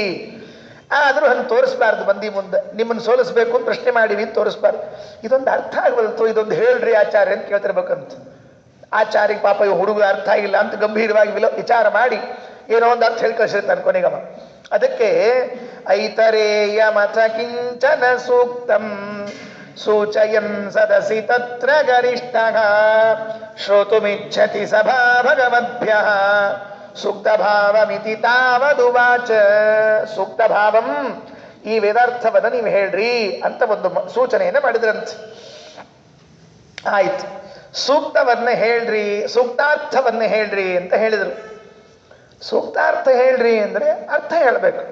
ಆಚಾರ್ಯ ಏನು ಮಾಡಿದರು, ಮೊದಲು ಆ ವೇದವನ್ನ ಅಂದು ತೋರಿಸಿದ್ರಂತೆ. ವೇದ ಭಾಗವನ್ನ ಹೆಂಗ ಅನ್ಬೇಕು ಈ ವೇದ ಭಾಗ ಅಂತ ತೋರಿಸ್ತೀನಿ ಅಂತ ಅಂದ್ರಂತೆ. ಇದು ಆಶ್ಚರ್ಯ. ಕೆಲವರಿಗೆ ಅರ್ಥ ಹೇಳಲಿಕ್ಕೆ ಬರ್ತಿರ್ತದೆ, ಮಂತ್ರ ಅಲ್ಲಿಗೆ ಬರ್ತಿರೋದಿಲ್ಲ. ಇದೊಂದು ದೊಡ್ಡ ಕಥೆ ಇದು. ಈ ಕೆಲವರು ಟಿ ವಿ ಒಳಗೆಲ್ಲ ರಾಮಾಯಣ ಮಹಾಭಾರತ ಹೇಳ್ತಿರ್ತಾರೆ ನೋಡ್ರಿ. ಕೆಲವರು ಶ್ಲೋಕ ಓದ್ತಿರ್ತಾರೆ, ಕೆಲವರು ಅರ್ಥ ಹೇಳ್ತಿರ್ತಾರೆ ನೋಡ್ರಿ. ಈ ಅರ್ಥ ಹೇಳೋವಂಗ ಶ್ಲೋಕ ಓದ್ಲಿಕ್ಕೆ ಬರ್ತಿರಂಗಿಲ್ಲ, ಶ್ಲೋಕ ಓದೋವಂಗ ಅರ್ಥ ಹೇಳಿಕ್ ಬರ್ತಿರಂಗಿಲ್ಲ. ಹಿಂಗಾಗಿ ಇವ್ರು ಓದ್ತಿರ್ತಾರೆ, ರಮ್ಯವಾಗಿ ಓದ್ತಿರ್ತಾರೆ, ಅವ್ರು ರಮ್ಯವಾಗಿ ಅರ್ಥ ಹೇಳ್ತಿರ್ತಾರೆ. ಒಂದ್ಸಲ ಹಿಂಗೆ ಗಡಿಬಿಡುವಾಗ ಏನಾಗ್ಬಿಡ್ತೀವಿ ಅಂದ್ರೆ, ಯತ್ರ ಯತ್ರ ರಘುನಾಥ ಕೀರ್ತನಂ ಅಂತ ಮಂಗಳ ಶ್ಲೋಕ ಹೇಳಿಕತ್ತಿದ್ದ ಪಾಪ. ಇನ್ನು ಯಾರು ಈ ಪೇಟಿ ಇಟ್ಕೊಂಡವ, ಯತ್ರ ಯತ್ರ ರಘುನಾಥ ಕೀರ್ತನಂ ಅಂತ ಹಿಂಗೆ ಅನ್ಲಿಕತ್ತಿದ್ದ. ಈ ಶ್ಲೋಕ ಹೇಳಿದ ಕೂಡ ಅವ ಅರ್ಥ ಹೇಳಿಬಿಟ್ಟ. ಅವ ಏನು ಅರ್ಥ ಹೇಳಿದ ನೋಡ್ರಿ, ಹನುಮಂತ ದೇವರು ರಾವಣನ ಮುಂದೆ ಬಂದು ನಿಂತಿದ್ರು, ಸೀಟ್ ಕೊಡ್ಲಿಲ್ಲ ರಾವಣ ಹನುಮಂತಗ. ತೆಳಗ ಕುರ್ಚಿ ಮೇಲೆ ಒಂದು ಕುರ್ಚಿ ಕೊಡ್ಬೇಕೋ ಇಲ್ಲೋ, ಹನುಮಂತಗ ಕೊಡ್ಲಿಲ್ಲ. ಅದಕ್ಕೆ ಹನುಮಂತ ದೇವರು ಸಿಟ್ಟು ಮಾಡಿಕೊಂಡು ತಮ್ಮ ಬಾಲ ಸುತ್ತಕೊಂಡು ಮೇಲ್ ಹತ್ತಿ ಕೂತು ಬಿಟ್ರು ಅಂತ ಅರ್ಥ ಹೇಳಿದ. ಎದುರಿಗೊಬ್ಬ ಪಂಡಿತರು ಕೂತಿದ್ರು. ಪಂಡಿತರಂದ್ರು, ಈ ಶ್ಲೋಕಕ್ಕೆ ಈ ಅರ್ಥ ಎಲ್ಲಿಂದ ಬಂತು ಅಂದ್ರು. ಅಲ್ಲಿ ಹೇಳಿದ್ದು, ಎಲ್ಲೆಲ್ಲಿ ರಾಮಾಯಣ ಹೇಳ್ತಿರ್ತಾರೋ ಅಲ್ಲೆಲ್ಲೆಲ್ಲ ಒಳ್ಳೇದಾಗ್ತದೆ, ಮಂಗಳಾಗ್ತದೆ, ಹಿಂಗೊಂದು ಯತ್ರ ಯತ್ರ ರಘುನಾಥ ಕೀರ್ತನಂ ಅಂತ ಇವ ಹೇಳಿಬಿಟ್ಟ. ಹನುಮಂತ ದೇವರು ಬಾಲ ಸುತ್ತಕೊಂಡು ಮೇಲೆ ಕೂತ್ಕೊಂಡ್ಬಿಟ್ರು ಅಂತ. ಆ ಪಂಡಿತರು ನೋಡಿದ ಕೂಡಲೇ ಒಂದು ಅರ್ಥ ಆಯ್ತು, ಏನೋ ತಪ್ಪೇದು ನಮ್ದು ಅಂತ ಗೊತ್ತಾಯ್ತು. ಅವ್ರು ಹೇಳಿದ ಶ್ಲೋಕ ಒಂದು, ನಾವು ಹೇಳಿದ ಅರ್ಥ ಅಂತ ಒಂದೊಂದು ಗೊತ್ತಾದ ಕೂಡಲೇ ತಕ್ಷಣ ತಿರುಗಿಸಿದ್ರು ಆಚಾರ್ಯ ಪ್ಲೇಟು. ಏನು ನೋಡ್ರಪ್ಪ, ನೋಡ್ರಿ, ಇಷ್ಟು ದಿವಸದಿಂದ ನಿಮ್ಮೆಲ್ಲ ರಾಮಾಯಣ ಹೇಳ್ತಾ ಇದ್ದೀನಿ, ಈ ಪಂಡಿತರ ಮುಖ ಹೇಗಿದೆ ಅಂದ್ರೆ ನಾನೇನೋ ತಪ್ಪು ಹೇಳಿನಿ ಅಂತ ಅರ್ಥ ಇದೆ, ನೋಡ್ರಿ ನೋಡ್ರಿ ಅಂತ ಹೇಳ್ಬಿಟ್ಟ. ಆ ಪಂಡಿತರಿಗೆ ಗಾಬರಿ ಆಗ್ಬಿಡ್ತು. ಅಯ್ಯೋ ಅಂದ್ರು, ನಾ ಯಾಕೆ ಏನು ಮುಖದಲ್ಲಿ ಹಿಂಗ್ಯಾಕೆ ಚಿಂತೆ ನೋಡ್ರಿ. ಎಲ್ಲಿ ಕೂತಿದ್ದ ಹನುಮಂತ, ಎಲ್ಲಿ ಕೂತ್ ಹೇಳಿದ ಹೇಳಿ ನೋಡಂತೆ. ಎತ್ರ ಎತ್ರ ಕೂತಿಲ್ಲ ರೀ, ಎತ್ರ ಎತ್ರ ಮೇಲೆ ಕೂತಿದ್ನೋ ಇಲ್ಲ ಬಾಲ ಇಟ್ಕೊಂಡು, ಅಲ್ಲಿ ಕೂತು ರಾಮನ ಬಗ್ಗೆ ಹೇಳಿದ್ನೋ ಇಲ್ಲ ಹೇಳಿ ನೋಡಂತ. ಈ ಪಂಡಿತ ಅಲ್ಲ ಅಂತ ನೋಡ್ರಿ ನೋಡ್ರಿ ಗಾಬರಿ. ಇಲ್ಲಿ ನೀವು ಹೇಳಿ ಸರಿ ಅದ ಅಂತ.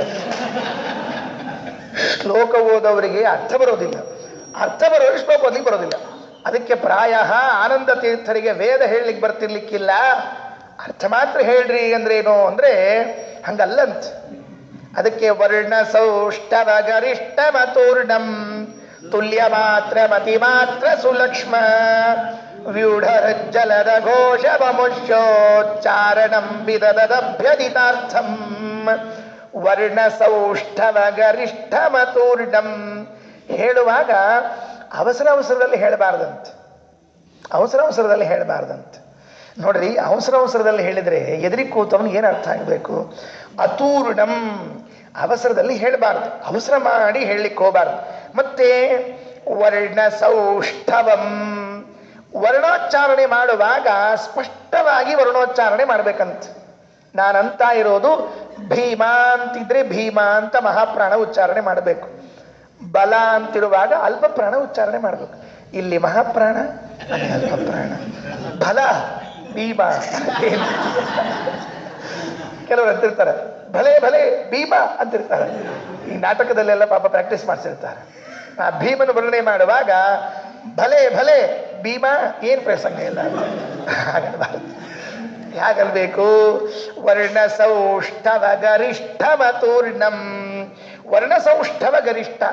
ಇನ್ನು ಇದಕ್ಕಿಂತಲೂ ಸ್ಪಷ್ಟವಾಗಿ ವರ್ಣೋಚ್ಚಾರಣೆ ಮಾಡ್ಲಿಕ್ಕೆ ಸಾಧ್ಯ ಇಲ್ಲ ಅನ್ನೋ ಹಾಗೆ ವರ್ಣೋಚ್ಚಾರಣೆ ಮಾಡಿದ್ರಂತೆ ಆಚಾರ್ಯ. ಅವಸರ ಇದ್ದಿದ್ದಿಲ್ಲ ಆಚಾರ್ಯರಿಗೆ, ಅವಸರ ಇರಲಿಲ್ಲ. ಒಂದಕ್ಷರವನ್ನು ನುಂಗಿ ಅಕ್ಷರ ಬರೆಯುವಾಗ ಓದುವಾಗ ನುಂಗಿ ಬಿಟ್ರೆ ಎದುರಿಗೆ ಕೂತವ್ರಿಗೆ ಎಷ್ಟು ಅಪಾರ್ಥ ಆಗ್ತದೆ ನೋಡಂತ.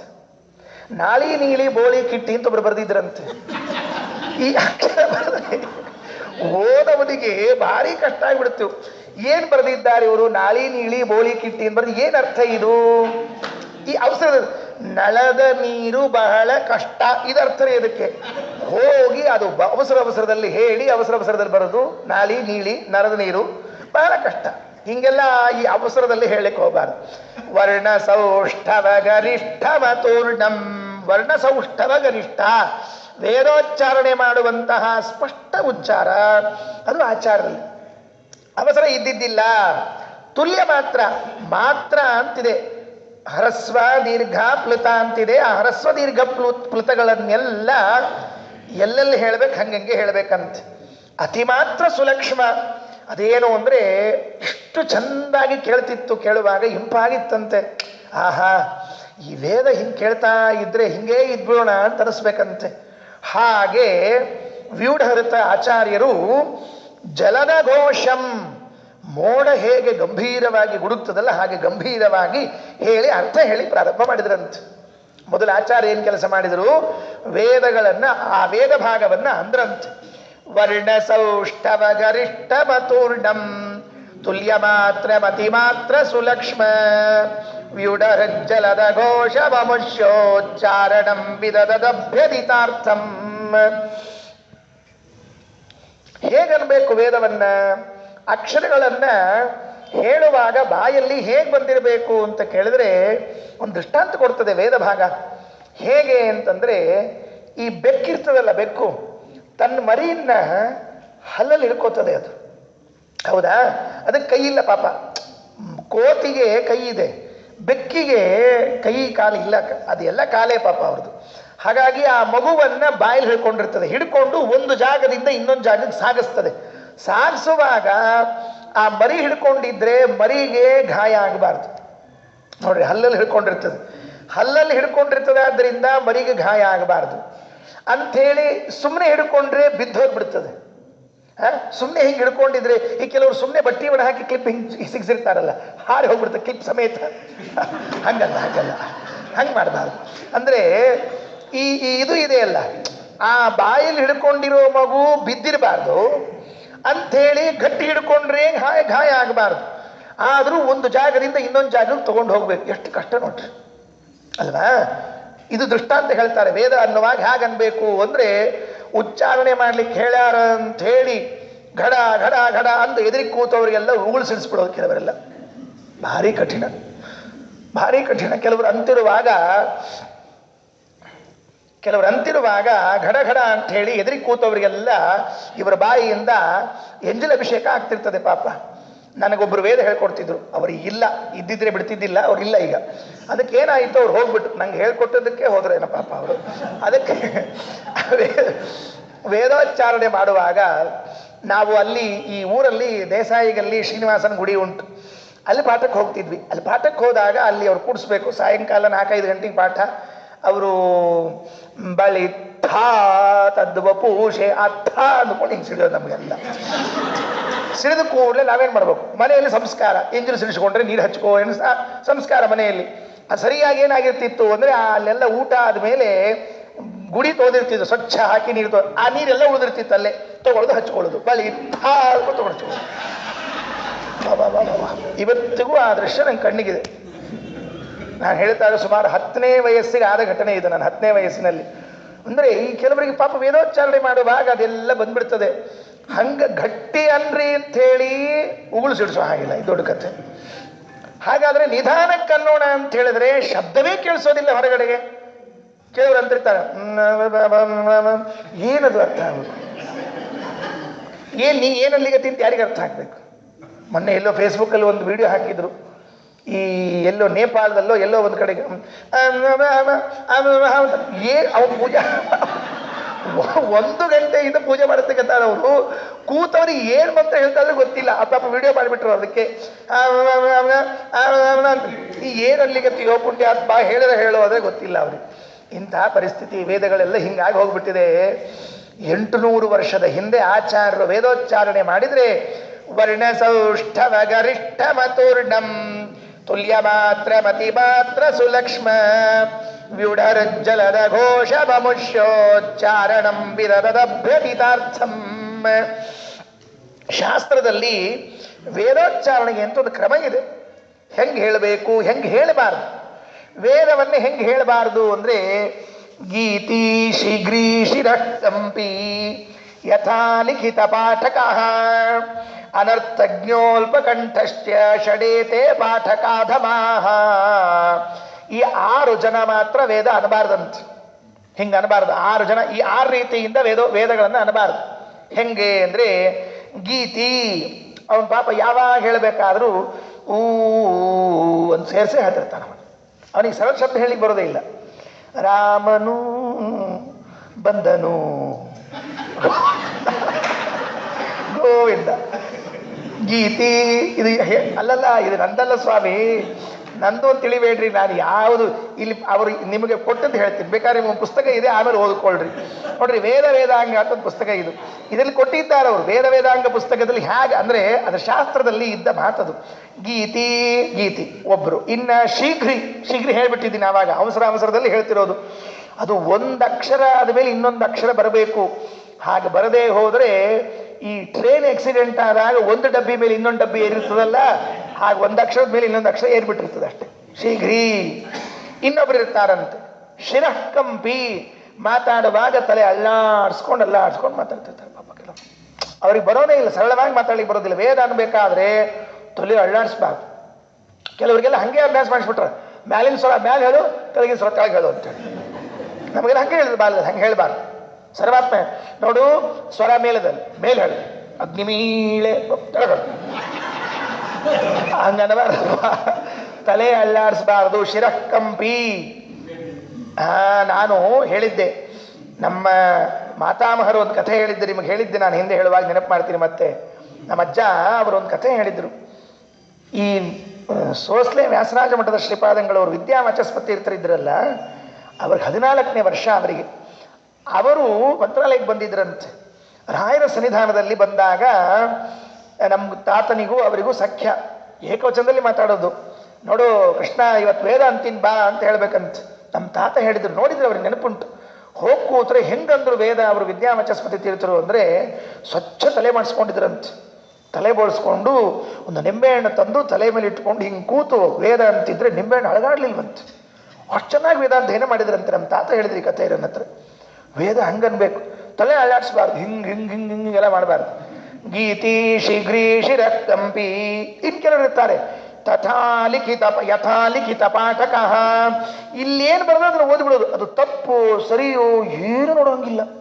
ಇಲ್ಲೇನು ಬರೆದಿರ್ತಾರೆ ನೋಡ್ರಿ, ಅದು ಉದ್ದಕ್ಕೆ ಓದು. ತಪ್ಪಿದ್ರು ಅದೇ, ಸರಿ ಇದ್ರು ಅದೇ. ಅರ್ಥ ತಿಳಿಯದೆ ಓದೋದು ಕೆಲವರಲ್ಲ. ಅನರ್ಥಜ್ಞ, ಅರ್ಥವನ್ನ ತಿಳಿಯದೆ ಓದ್ತಿರ್ತಾರಂತೆ. ಇನ್ನು ಅಲ್ಪಕಂಠಶ್ಚ, ಯಾರ ಕಂಠತ್ರಾಣ ಇಲ್ಲ ಅವರು ವೇದ ಅನ್ಲಿಕ್ಕೆ ಹೋಗಬಾರ್ದು. ಅಲ್ಪಕಂಠ ಇರ್ತದೆ ಪಾಪ ಕೆಲವರಿಗೆ, ಬಹಳ ಹೊತ್ತು ಹೇಳಲಿಕ್ಕೆ ಆಗ್ತಿರಂಗಿಲ್ಲ. ಈ ಸಂಗೀತಕ್ಕೆ ವೇದಕ್ಕೆ ಕಂಠತ್ರಾಣ ಬಹಳ ಬೇಕಾಗ್ತದೆ. ಊಟಕ್ಕೇನು ಬೇಕಾಗಿಲ್ಲ, ಊಟಕ್ಕೆ ಹೊಟ್ಟೆ ತ್ರಾಣ ಇದ್ರೆ ಸಾಕಷ್ಟೇ. ಸಂಗೀತಕ್ಕೆ ಕಂಠತ್ರಾಣ ಬಹಳ ಬೇಕು. ಪಾಠ ಹೇಳೋವರಿಗೆ, ವೇದ ಪಾಠ ಹೇಳೋವರಿಗೆ ಕಂಠತ್ರಾಣ ಜಾಸ್ತಿ ಬೇಕು. ಅಕಸ್ಮಾತ್ ಅಲ್ಪಕಂಠಿಗಳಾಗಿದ್ದರೆ ಇವರು ಅನ್ನಬಾರದು. ಯಾಕೆ ಅಂದರೆ ಷಡೇತೆ ಪಾಠಕಾಧಮಾಹ. ಸರಿ. ಇನ್ನು ಪಾಠಕ ಗುಣಾಹ, ಎಂಥವು ಗುಣಗಳು ಅಂತ ಕೇಳಿದ್ರೆ 6 ಗುಣಗಳಿವೆ ಅಂತೆ ಪಾಠ ಹೇಳುವಾಗ. ಹೆಂಗಿರ್ಬೇಕು ವೇದ ಪಾಠ ಮಾಡುವಾಗ ಅಂದರೆ ಮಾಧುರ್ಯಂ, ಕೇಳುವಾಗ ಆಹಾ ಆಹಾ, ಇನ್ನೊಂದು ಸರ್ತಿ ಒನ್ಸ್ ಮೋರ್ ಅನ್ಬೇಕು. ದಿ ಎಂಡ್ ಅನ್ಬಾರ್ದು, ಒನ್ಸ್ ಮೋರ್ ಅನ್ಬೇಕು. ಹೇಳ್ರಿ, ಇನ್ನೊಂದು ಸರ್ತಿ ಹೇಳ್ರಿ ಅಂತ ಕೇಳೋ ಹಾಗಿರ್ಬೇಕಂತ. ಮಾಧುರ್ಯಂ ಅಕ್ಷರ ವ್ಯಕ್ತಿ, ಅಕ್ಷರಗಳೆಲ್ಲ ಸ್ಫುಟವಾಗಿ ಕಿವಿಗೆ ಬೀಳ್ಬೇಕಂತ, ಅಷ್ಟು ಚಂದ ಇರಬೇಕು. ವರ್ಣ ಸೌಷ್ಠವ ಗರಿಷ್ಠ ಮತೂರ್ಣಂ ತುಲ್ಯ ಮಾತ್ರ ಮತಿ ಮಾತ್ರ ಸುಲಕ್ಷ್ಮ ವ್ಯೂಢಹೃಜ್ಜಲದ ಘೋಷ ಮಮುಷ್ಯೋಚ್ಚಾರಣಂ ವಿದದಭ್ಯದಿತಾರ್ಥಂ. ಎಲ್ಲ ಕಿವಿಗೆ ಬೀಳ್ಬೇಕು, ಕಿವಿಗೆ ಬೀಳದೆ ಇರಬಾರ್ದು. ಮಾಧುರ್ಯಂ ಅಕ್ಷರಂ ವ್ಯಕ್ತಿ ಪದಚ್ಛೇದಸ್ತು ಸುಸ್ವರ. ಪದಚ್ಛೇದ ಮಾಡಿ ಹೇಳ್ಬೇಕಂತ. ಏನು ಮಾಡಿ ಹೇಳಬೇಕು? ಪದಚ್ಛೇದವನ್ನ ಮಾಡಿ ಹೇಳ್ಬೇಕಂತ. ಅಲ್ಲಲ್ಲಿ ನಿಲ್ಲಿಸಿ ಹೇಳಬೇಕು. ಅಷ್ಟು ಚಂದ ಇರಬೇಕು. ನಾವು ಹೇಳುವಾಗ ಒಂದು ಪದದಿಂದ ಇನ್ನೊಂದು ಪದಕ್ಕೆ ಹೋಗುವಾಗ ಓಹೋ ಈ ಪದ ಆದಮೇಲೆ ಈ ಪದ ಅಂತನ್ನುವಂತಹ ಮಾತು ಅವರಿಗೆ ಅರ್ಥ ಆಗ್ತಿರ್ಬೇಕು. ನೋಡಿ ಏನಾಯಿತು ಅಂತ ಕೇಳಿದ್ರೆ, ಅದಕ್ಕೆ ಹೇಳಿದರು ಮಾಧುರ್ಯಂ ಅಕ್ಷರ ವ್ಯಕ್ತಿ ಪದಚ್ಛೇದಸ್ತು. ಅನಂತರದಲ್ಲಿ ಸುಸ್ವರ ಹೇಗಿರಬೇಕು ಅಂತ ಕೇಳಿದ್ರೆ ಸ್ವರ ಸಹಿತ ಹೇಳಿರ್ಬೇಕಂತ. ಉದಾತ್ತ ಸ್ವರ, ಅನುದಾತ್ತ ಸ್ವರ, ಸ್ವರಿತ ಸ್ವರಗಳು ಅಂತಿದೆಯಂತೆ. ಸ್ವರಿತ ಸ್ವರಗಳು ಅಂತಿದೆಯಂತೆ. ಆ ಎಲ್ಲ ಸ್ವರಗಳೇನಿವೆಯಲ್ಲ ಆ ಸ್ವರಗಳನ್ನು ಹೇಳಬೇಕಂತೆ ಸರಿಯಾಗಿ. ಸ್ವರ ಹೇಗಿದೆ ಅಂತ ಅನ್ನೋದನ್ನು ಹಾಗೆ ಕರೆಕ್ಟಾಗಿ ಹೇಳಬೇಕಂತೆ. ಸ್ವರ ತಪ್ಪನಬಾರದು ಅಂತ ಒಂದು ನಿಯಮ. ಯಾಕೆ ಅಂದರೆ ಆಚಾರ್ಯರು ಆನಂದಮಯಾಧಿಕರಣದ ಅನುವ್ಯಾಖ್ಯಾನದಲ್ಲಿ ಒಂದು ದೃಷ್ಟಾಂತ ಹೇಳ್ತಾರೆ. ಸ್ವರ ತಪ್ಪು ಹೇಳಿದ್ರೆ ಎಷ್ಟು ಅನರ್ಥ ಆಗ್ತದೆ ಅಂತ ತಿಳ್ಕೊಂಡು ಹೇಳಿ. ಯಥೇಂದ್ರ ಶತ್ರು ಸ್ವರತೋಪರಾಧ ಅಂತ ದೃಷ್ಟಾಂತ ಕೊಟ್ಟಿದ್ದಾರೆ. ಒಬ್ಬರು ಆಚಾರ್ಯ ಹೇಳ್ತಿದ್ರು ಒಬ್ಬ ಹುಡುಗ ವಿದ್ಯಾರ್ಥಿ ಅವರ ಹತ್ರ ವೇದಕ್ಕೆ ಬರ್ತಿದ್ದಂತೆ, ವೇದ ಅಧ್ಯಯನ ಮಾಡ್ಲಿಕ್ಕೆ ಬರ್ತಿದ್ದಂತೆ.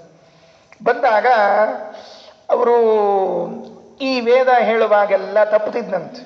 ಗುರುಗಳು ಹೇಳ್ಬೇಕಂತ, ತಪ್ಪು ಹೇಳಬಾರ್ದಪ್ಪ, ಸ್ವರ ತಪ್ಪು ಹೇಳಬಾರ್ದು ಅಂತ ಹೇಳ್ಬೇಕಂತ.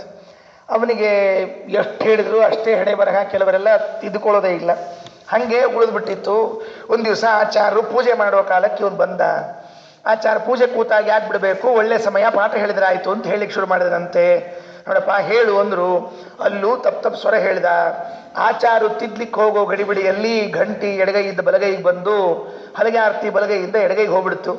ಗಂಟಿ ಹಿಂಗಾಗ್ಲಿಕ್ಕೆ ಶುರುವಾಯಿತು. ಆಚಾರ ಅಂದರು, ಇವನು ವೇದ ಹೇಳೋದ್ರ ಬಗ್ಗೆ ನನ್ನ ಪೂಜೆ ಕೃಷ್ಣಾರ್ಪಣೆ ಆಗಿಬಿಡ್ತದೆ. ಎಲ್ಲಾದರೂ ಬೇಡ ಅಪ್ಪಿ ಒಂದು ಕೆಲಸ ಮಾಡು, ನೀನು ಹೊರಗೆ ಅಂಗಳದೊಳಗೆ ಒಂದು ಗಿಡ ಅದ, ಆ ಗಿಡದ ಬುಡಕ್ಕೆ ಕೂತು ವೇದಾಧ್ಯಯನ ಮಾಡು. ಒಂದು ತಪ್ಪು ಅಂದರೆ ಒಂದು ಎಲೆ ಒಂದು ತಪ್ಪು ಹೇಳಿದ್ರೆ ವೇದದಲ್ಲಿ ಒಂದು ಎಲೆ ಕೆಳಗೆ ಬೀಳ್ತದೆ, ಒಂದು ಎಲೆ ಕೆಳಗೆ ಬೀಳ್ತದೆ. ಅದು ಹೂ ಅಂತ ಹೋಗಿ ವೇದಾಧ್ಯಯನ ಮಾಡ್ಲಿಕ್ಕೆ ಕೂತ ಇಡೀ ಗಿಡ ಗುರುಗಳು ಹೇಳಿದ್ದು ಒಂದು ಸ್ವರ ತಪ್ಪು ಹೇಳಿದ್ರೆ ಒಂದು ಎಲೆ ಬೀಳ್ತದೆ ಅಂತ.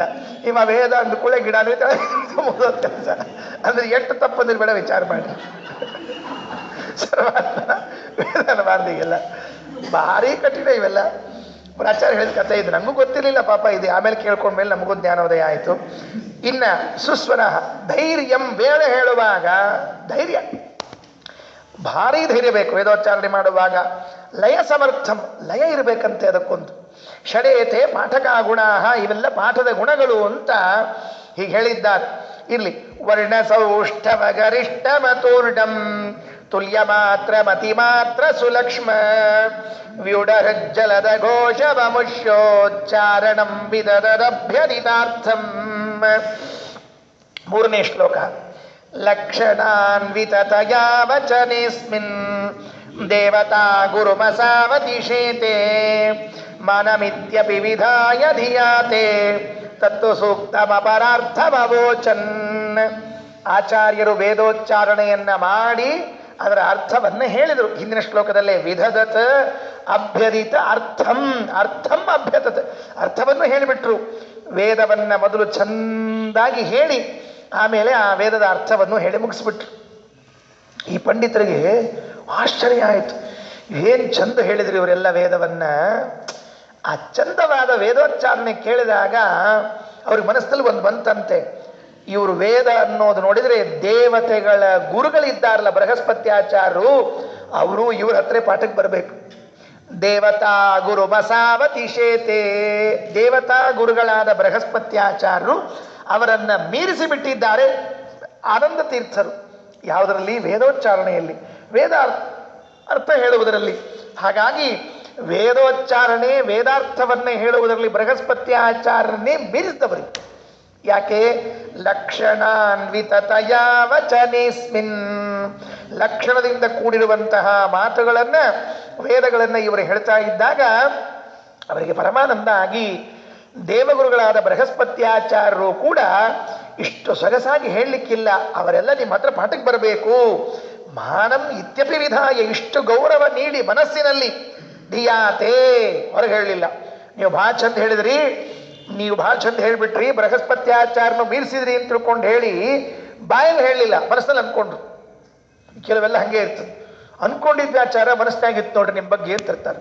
ಅದಕ್ಕೆ ಆಚಾರ ಅಲ್ಲೇ ಇರಲಿ ಅಂತ ಇರ್ತಾರೆ, ಹೊರಗೆ ಬರೋದು ಬೇಡ ಅಂತ. ಮಾನವಿತ್ಯಪಿ ವಿಧಾಯ ಧಿಯಾತೆ, ಆದರೂ ಅವ್ರು ಸೋಲು ಒಪ್ಪಿಕೊಳ್ಳಿಕ್ಕೆ ತಯಾರಿಲ್ಲ. ತತ್ತು ಸೂಕ್ತಮ ಅಪರಾರ್ಥಮವೋಚನ್, ಯಾವ ಸೂಕ್ತವನ್ನು ಅವರು ಸೂಚನೆ ಮಾಡಿದ್ರಲ್ಲ ಅದಕ್ಕೆ ಇನ್ನೊಂದು ಅರ್ಥ ಹೇಳ್ಬಿಟ್ರಂತ ಪಂಡಿತರು ಏನ್ ಮಾಡಿದ್ರು, ಇನ್ನೊಂದು ಅರ್ಥ. ಅಂದ್ರೆ ಸಭೆಯಲ್ಲಿ ಎದ್ದು ನಿಂತ ಒಬ್ಬ ಜ್ಞಾನಿ ವಿದ್ವಾಂಸ ಪಂಡಿತ ಅವನೇನ್ ಮಾಡಿದ ಅಂದ್ರೆ ಈ ಐತರೇಯದ ಒಂದು ಸೂಕ್ತವನ್ನ ಹೇಳಿ ಇದಕ್ಕೆ ಅರ್ಥ ಹೇಳ್ರಿ ಅಂತಂದಾಗ ಆಚಾರ್ಯರು ಆ ವೇದ ಭಾಗವನ್ನ ಸ್ಪಷ್ಟವಾಗಿ ಉಚ್ಚಾರಣೆ ಮಾಡಿ ಅದಕ್ಕೊಂದು ಅರ್ಥ ಹೇಳಿದರು.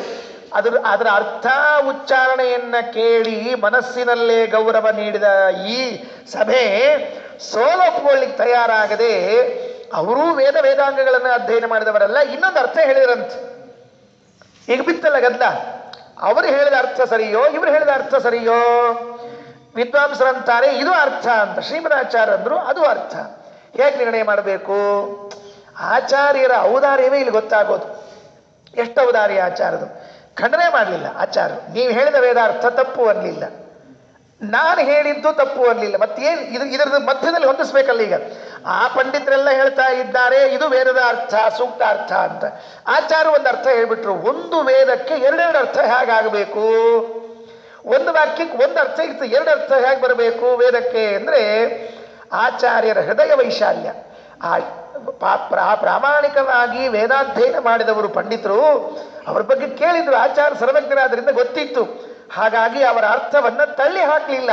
ಹೇಗೆ ಮಾಯಾವಾದದಲ್ಲಿನ ಸೂತ್ರಾರ್ಥಗಳನ್ನು ತಳ್ಳಿ ಹಾಕಿದ್ರೋ ಹಾಗೆ ಈ ಪಂಡಿತರು ಹೇಳಿದ ಅರ್ಥವನ್ನ ತಳ್ಳಿಲ್ಲ ಆಚಾರ್ಯ. ಏನಂದ್ರು? ಸ್ಯಾತ್ತಥೇತ್ತಮಪಿ ಸಂಭವಿತಾರ್ಥ ತ್ರ್ಯರ್ಥತಾಂ ಶ್ರುತಿಷು ವಿತ್ತದಶಾರ್ಥಂ ಭಾರತಂ ನನು ಶತಾರ್ಥಮಪಿ ಸ್ಯಾತ್ ವೈಷ್ಣವಂ ಪದ ಸಹಸ್ರತಯಂ ಹಿ ಸ್ಯಾತ್ ತಥಾ ಇತ್ತಮಪಿ. ನೀವು ಹೇಳಿದ ಅರ್ಥವೂ ಸರಿ, ನಾನು ಹೇಳಿದ ಅರ್ಥವೂ ಸರಿ ಎಂದು ಬಿಟ್ರು ಆಚಾರ್ಯ. ಈ ಪಂಡಿತರೆಲ್ಲ ಬೆರಗಾಗಿಬಿಟ್ರೆ ಆಶ್ಚರ್ಯ. ಏನು, ನಾವು ಹೇಳಿದ ಅರ್ಥನೋ ಸರಿ, ನೀವು ಹೇಳಿದ ಅರ್ಥನೋ ಸರಿನಾ? ಸ್ಯಾತ್ ತಥಾ ಇತ್ತಮಪಿ, ಹಾಗೂ ಹೀಗೂ. ತಥಾ ಅಂದ್ರೆ ಆ ರೀತಿಯಾಗಿ, ನೀವು ಯಾವ ರೀತಿಯಾಗಿ ಹೇಳಿದ್ರಿ ಆ ರೀತಿಯಾಗಿ, ಇತ್ತಂ ನಾ ಯಾವ ರೀತಿ, ಅಥವಾ ತಥಾ ನಾನು ಹೇಳಿದ ರೀತಿಯಿಂದ, ಇತ್ತಂ ನೀವು ಹೇಳಿದ ರೀತಿಯಿಂದ. ಸ್ಯಾತ್ ತಥಾ ಇತ್ತಮಪಿ ಸಂಭವಿತಾರ್ಥ, ಎರಡೂ ಅರ್ಥಗಳು ಸಂಭವಿಸ್ತವೆ ವೇದಕ್ಕೆ ಅಂತ ಅವರಂದ್ರು. ಅಲ್ರಿ ಮಧ್ವಾಚಾರ್ಯರೇ, ಒಂದು ವೇದಕ್ಕೆ ಒಂದು ಅರ್ಥ ಇರ್ತದೆ, ನಾವು ಹೇಳಿದ ಅರ್ಥವೂ ಸರಿ ನೀವು ಹೇಳಿದ ಅರ್ಥವೂ ಸರಿ ಅಂತೀರಿ, ಇದು ಹೇಗೆ ಹೇಳ್ತೀರಿ ನೀವು ಅಂದ್ರೆ ಆಚಾರ್ಯರು ಮುಂದಿನ ಮಾತು ಹೇಳ್ತಾರೆ. ಯಾಕೆ ಗೊತ್ತಾ? ನೀವು ವೇದಾಧ್ಯಯನದ ಒಂದು ಹಂತದಿಗೆ ನಿಂತಿದ್ದೀರಿ, ಮುಂದಿನ ಹಂತಕ್ಕೆ ಬಂದಿಲ್ಲ. ನೀವು ಮೇಲ್ಮಟ್ಟಕ್ಕೆ ಹೋಗ್ರಿ, ಅಲ್ಲೇನಿದೆ? ತ್ರ್ಯರ್ಥತಾಂ ಶ್ರುತಿಷು ವಿತ್ತದಶಾರ್ಥಂ, ಒಂದೊಂದು ವೇದ ವಾಕ್ಯಗಳಿಗೂ ಕೂಡ ಮೂರು ಅರ್ಥ ಇದೆ ಅಂತ. ತ್ರ್ಯರ್ಥತಾಂ ಶ್ರುತಿಷು, ವೇದಗಳಲ್ಲಿ ಅರ್ಥ, ಮೂರರ್ಥ ಇದೆ. ದಶಾರ್ಥಂ ಭಾರತಂ, ಮಹಾಭಾರತದ ಒಂದೊಂದು ಶ್ಲೋಕಕ್ಕೆ 10 ಅರ್ಥ ಇದೆ ಅಂತೆ. ಅಬ್ಬಾ ಏನ್ರಿ, ಮಹಾಭಾರತದ ಒಂದು ಶ್ಲೋಕಕ್ಕೆ 10 ಅರ್ಥ ಅಂದ್ರೆ ಎಂದು ಮುಗಿಬೇಕು ಮಹಾಭಾರತ? ಪುರಾಣ ಹೇಳ್ಕೊಂಡು ಕೂತ್ರೆ ಮುಗಿಲಿಲ್ಲ ಆಚಾರ್ಯದು. ಮುಂದಿನ ಮಾತು ಕೇಳ್ರಿ. ಶತಾರ್ಥಮಪಿ ಸ್ಯಾತ್ ವೈಷ್ಣವಂ ಪದಸಹಸ್ರತಯಂ ಹಿ, ವಿಷ್ಣು ಸಹಸ್ರನಾಮದ ಒಂದು ನಾಮಕ್ಕೆ 100 ಅರ್ಥ ಇದೆ ಅಂತ ಹೇಳ್ಬಿಟ್ರಂತೆ. ಏನಾಯ್ತು ಈಗ? ಅರ್ಥ ಮಾಡಿಕೊಳ್ಳ್ರಿ. ಮಹಾಭಾರತದ ಒಂದೊಂದು ಶ್ಲೋಕಗಳಿಗೂ 10 ಅರ್ಥ. ಧರ್ಮಕ್ಷೇತ್ರೇ ಕುರುಕ್ಷೇತ್ರೇ ಸಮವೇತ ಯುತ್ಸವ ಮಾಮಕ ಪಾಂಡವಾಶ್ಚೈವ ಕಿಮ ಕುರ್ವತ ಸಂಜಯ. ಇದು ಒಂದು ಶ್ಲೋಕಕ್ಕೆ 10 ಅರ್ಥ. ಗೊತ್ತಿಲ್ಲ ನಮಗೆಲ್ಲ ಇದು. ನಾನು ಬಹಳ ಹಿಂದಕ್ಕೆ ಈ 10 ಅರ್ಥ ಬರೆದಿದ್ದೆ. ನಾನು ಆ 10 ಅರ್ಥವನ್ನು ಸಂಗ್ರಹ ಮಾಡಿ ಪಾಂಗ್ರಿ ಶ್ರೀನಿವಾಸಾಚಾರ್ಯರು ಅನ್ನೋರು ಗೀತೆಗೆ ವ್ಯಾಖ್ಯಾನ ಬರೆಯುವಾಗ ಆ ಒಂದೊಂದು ಶ್ಲೋಕಕ್ಕೆ 10 ಅರ್ಥ ತೋರಿಸಿದ್ದಾರೆ. ಅದನ್ನು ಸಂಸ್ಕೃತದಲ್ಲಿದ್ದದನ್ನು ಕನ್ನಡದಲ್ಲಿ ಅನುವಾದ ಮಾಡಿ ಗೀತೆಯ ದಶಾವತಾರ ಮತ್ತು ಗೋಪಿ ಗೀತೆ ಅಂತ ಒಂದು ಗ್ರಂಥ ಪುಸ್ತಕ ಮಾಡಿದ್ದೆ, ನಾನು ಮುದ್ರಣ ಮಾಡಿದ್ದೆ ಹಿಂದಕ್ಕೆ. ಆಗ ಒಂದೇ ಒಂದು ಇದರಲ್ಲಿ ಮೊದಲನೇ ಶ್ಲೋಕದಲ್ಲಿ 10 ಅರ್ಥ. ಧರ್ಮಕ್ಷೇತ್ರೇ ಕುರುಕ್ಷೇತ್ರೇ, ಈ ಶ್ಲೋಕ ನೋಡ್ಲಿಕ್ಕೆ ಇಷ್ಟೇ ಇದೆ, ಬಹಳ ಅದ್ಭುತ ಅರ್ಥ ಇದೆ ಇದಕ್ಕೆ, ಬಹಳ ಅದ್ಭುತ ಅರ್ಥ ಇದೆ.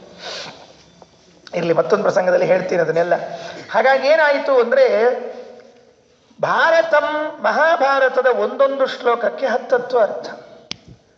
ವಿಷ್ಣು ಸಹಸ್ರನಾಮದ ಒಂದು ನಾಮ ವಿಶ್ವಂ ವಿಷ್ಣು ವಷಟ್ಕಾರ ಭೂತಭವ್ಯ ಭವತ್ಪ್ರಭು, ಈ ಒಂದೊಂದು ನಾಮಕ್ಕೂ 100 ಅರ್ಥ ಇದೆಯಂತೆ.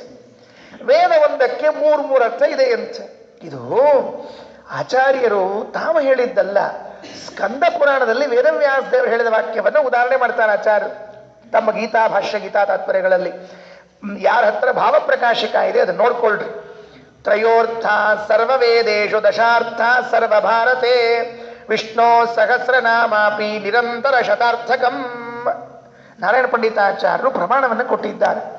ತ್ರಯೋರ್ಥ ಸರ್ವವೇದೇಶು, 3 ಅರ್ಥಗಳು. ಇದನ್ನ ನಾವು ಹೇಳಿದ್ವಿ, ಮಧ್ವಾಚಾರ್ಯ ಹೇಳಿದರು ಅಂತ ಅನ್ಕೋಬೇಡ್ರಿ. ಕಪಾಲಿ ಶಾಸ್ತ್ರಿಗಳು ಅಂತ ಒಬ್ಬರು ಶಾಸ್ತ್ರಿಗಳು ಇತ್ತೀಚಿನವರು, ಅವರು ತಮ್ಮ ಮತ್ತು ಅರವಿಂದೋ ಅವರು ಇವರ ಎಲ್ಲ ವೇದಗಳ ವ್ಯಾಖ್ಯಾನವನ್ನು ಸಂಗ್ರಹ ಮಾಡುವಾಗ ಸ್ಪಷ್ಟವಾಗಿ ಬರೀತಾರೆ. ಏನಿಲ್ಲ, ಒಂದೊಂದು ವೇದಗಳಿಗೆ 3 ಅರ್ಥ ಅಂತ ತಿಳಿದುಕೊಂಡು ಹೇಳಿ ತಿಳಿಸಿಕೊಟ್ಟವರು ಮಧ್ವಾಚಾರ್ಯರು. ಮಂತ್ರಾಲಯ ಪ್ರಭುಗಳು ಅಂತ ಇಬ್ಬರು ಹೆಸರು ತಗೊಂಡಿದ್ದಾರೆ ಅವರು. ಮಧ್ವಾಚಾರ್ಯ ಹಾಗೂ ಮಂತ್ರಾಲಯ ಪ್ರಭುಗಳಿಬ್ಬರು ಕೂಡ ಒಂದು ವೇದಕ್ಕೆ 3 ಅರ್ಥಗಳು ಅಂತ ಹೇಳಿದ್ದಾರೆ. ನಾವೆಲ್ಲ ಇನ್ನೂ ಒಂದೊಂದು ಅರ್ಥದಲ್ಲಿ ಇದ್ದೀವಿ, ಮೇಲ್ಮಟ್ಟಕ್ಕೆ ಹೋಗಬೇಕು ಅಂತ ತಮ್ಮ ಭಾಷ್ಯ ಭೂಮಿಕೆಯಲ್ಲಿ ವ್ಯಾಖ್ಯಾನ ಮಾಡ್ತಾರೆ ಇದು ಮಂತ್ರವನ್ನು. ಬಹಳ ಅದ್ಭುತ ಇದೆಲ್ಲ. ಹಾಗಾಗಿ 3 ಅರ್ಥ ಇದೆ ವೇದಕ್ಕೆ ಎಂದರು. ಹಾಗಾಗಿ ಏನಾಯ್ತು, ಈಗ ಅವರು ಹೇಳಿದ ಅರ್ಥವೂ ಸರಿ, ನಾವು ಹೇಳಿದ ಅರ್ಥವೂ ಸರಿ ಅಂತಾಯ್ತು. ಇದು ಒಪ್ಪಿಕೊಳ್ಳಿಕ್ಕೆ ಅವ್ರಿಗೆ ಮನಸ್ಸು ಬರಲಿಲ್ಲರಿ, ಪಂಡಿತರಿಗೆ ಲಘೂ ಒಪ್ಪಂಗಿಲ್ರಿ ಅವರು. ಇತ್ಯುದೀರ ಯತಿ ವಿಸ್ತೃತ ಚಿತ್ತೇ ಭೂಸುರಾಯಿಹ ಜಿಗೀಷ ಮಗೇನಂ ಊಚುರರ್ಥ ಶತಕಂ ಹರಿನಾಂನಾಂ ವರ್ಣ್ಯತಾಮಿತಿ ಸಹಾಸ ಮುಖಾಸ್ತೆ. ತಕ್ಷಣ ಒಂದು ಮಾತು ಹೇಳಿದ್ರು, ಪಂಡಿತರು ಎದ್ದಿದ್ಬಿಟ್ರು. ಸ್ವಾಮಿ, ಬಹಳ ಆನಂದ ಆಯಿತು ನಿಮ್ಮ ಮಾತನ್ನು ಕೇಳಿ, ಕರುಣಾನಂದ ಆಯಿತು. ವೇದಗಳಿಗೆ 3 ಅರ್ಥ, ಮಹಾಭಾರತಕ್ಕೆ 10 ಅರ್ಥ, ವಿಷ್ಣು ಸಹಸ್ರನಾಮಕ್ಕೆ 100 ಅರ್ಥ ಅಂತ ನೀವು ಹೇಳಿದ್ದು ಕೇಳಿ ಕರುಣಾನಂದ ಆಯಿತು. ಇತ್ಯುದೀರ ಯತಿ ವಿಸ್ತೃತ ಚಿತ್ತೇ. ವಿಸ್ತೃತ ಚಿತ್ತೆ ಅಂದರೆ ಆಚಾರ್ಯರು, ಅವರ ಹೆಸರು ವಿಸ್ತೃತ ಚಿತ್ತ ಅಂತ, ವಿಸ್ತಾರವಾದ ಬುದ್ಧಿ ಅಂತ. ಯಾಕೆ ಹಿಂಗೆ ಹೇಳಿದರು, ಇನ್ನು ಮುಂದೆ ವಿಷ್ಣು ಸಹಸ್ರನಾಮದ 100 ಅರ್ಥ ಹೇಳಬೇಕಾಗಿದೆಯಲ್ಲ, ಅದರದ್ದೆಲ್ಲ ತಲೆಯಲ್ಲಿ ಇತ್ತು. ವಿಸ್ತೃತ ಚಿತ್ತೇ ಇತ್ಯುದೀರ ಯತಿ ವಿಸ್ತೃತ ಚಿತ್ತೇ ಭೂಸುರ ಇಹ ಜಿಗೀಷ ಮಗೇನಂ. ಭೂಸುರಾಹ ಬ್ರಾಹ್ಮಣರು, ಜಿಗೀಷವ ಇವ್ರನ್ನ ಗೆಲ್ಲಬೇಕು ಅಂತ ಇಟ್ಟುಕೊಂಡು ಏನಂ ಊಚು ಹೇಳಿದ್ರಂತೆ. ಅರ್ಧಶತಕಂ ಹರಿನಾಂನಾಂ ವರ್ಣ್ಯತಾಂ ಇತಿ ಸಹಾಸ ಮುಖಾಹ. ಈ ಕೊಂಕ ನಗು ಇರ್ತದೆ ನೋಡಿ, ನಗ್ತಿರ್ತಾರಲ್ಲ ಹಾಗೆ ಕೊಂಕ ನಗು.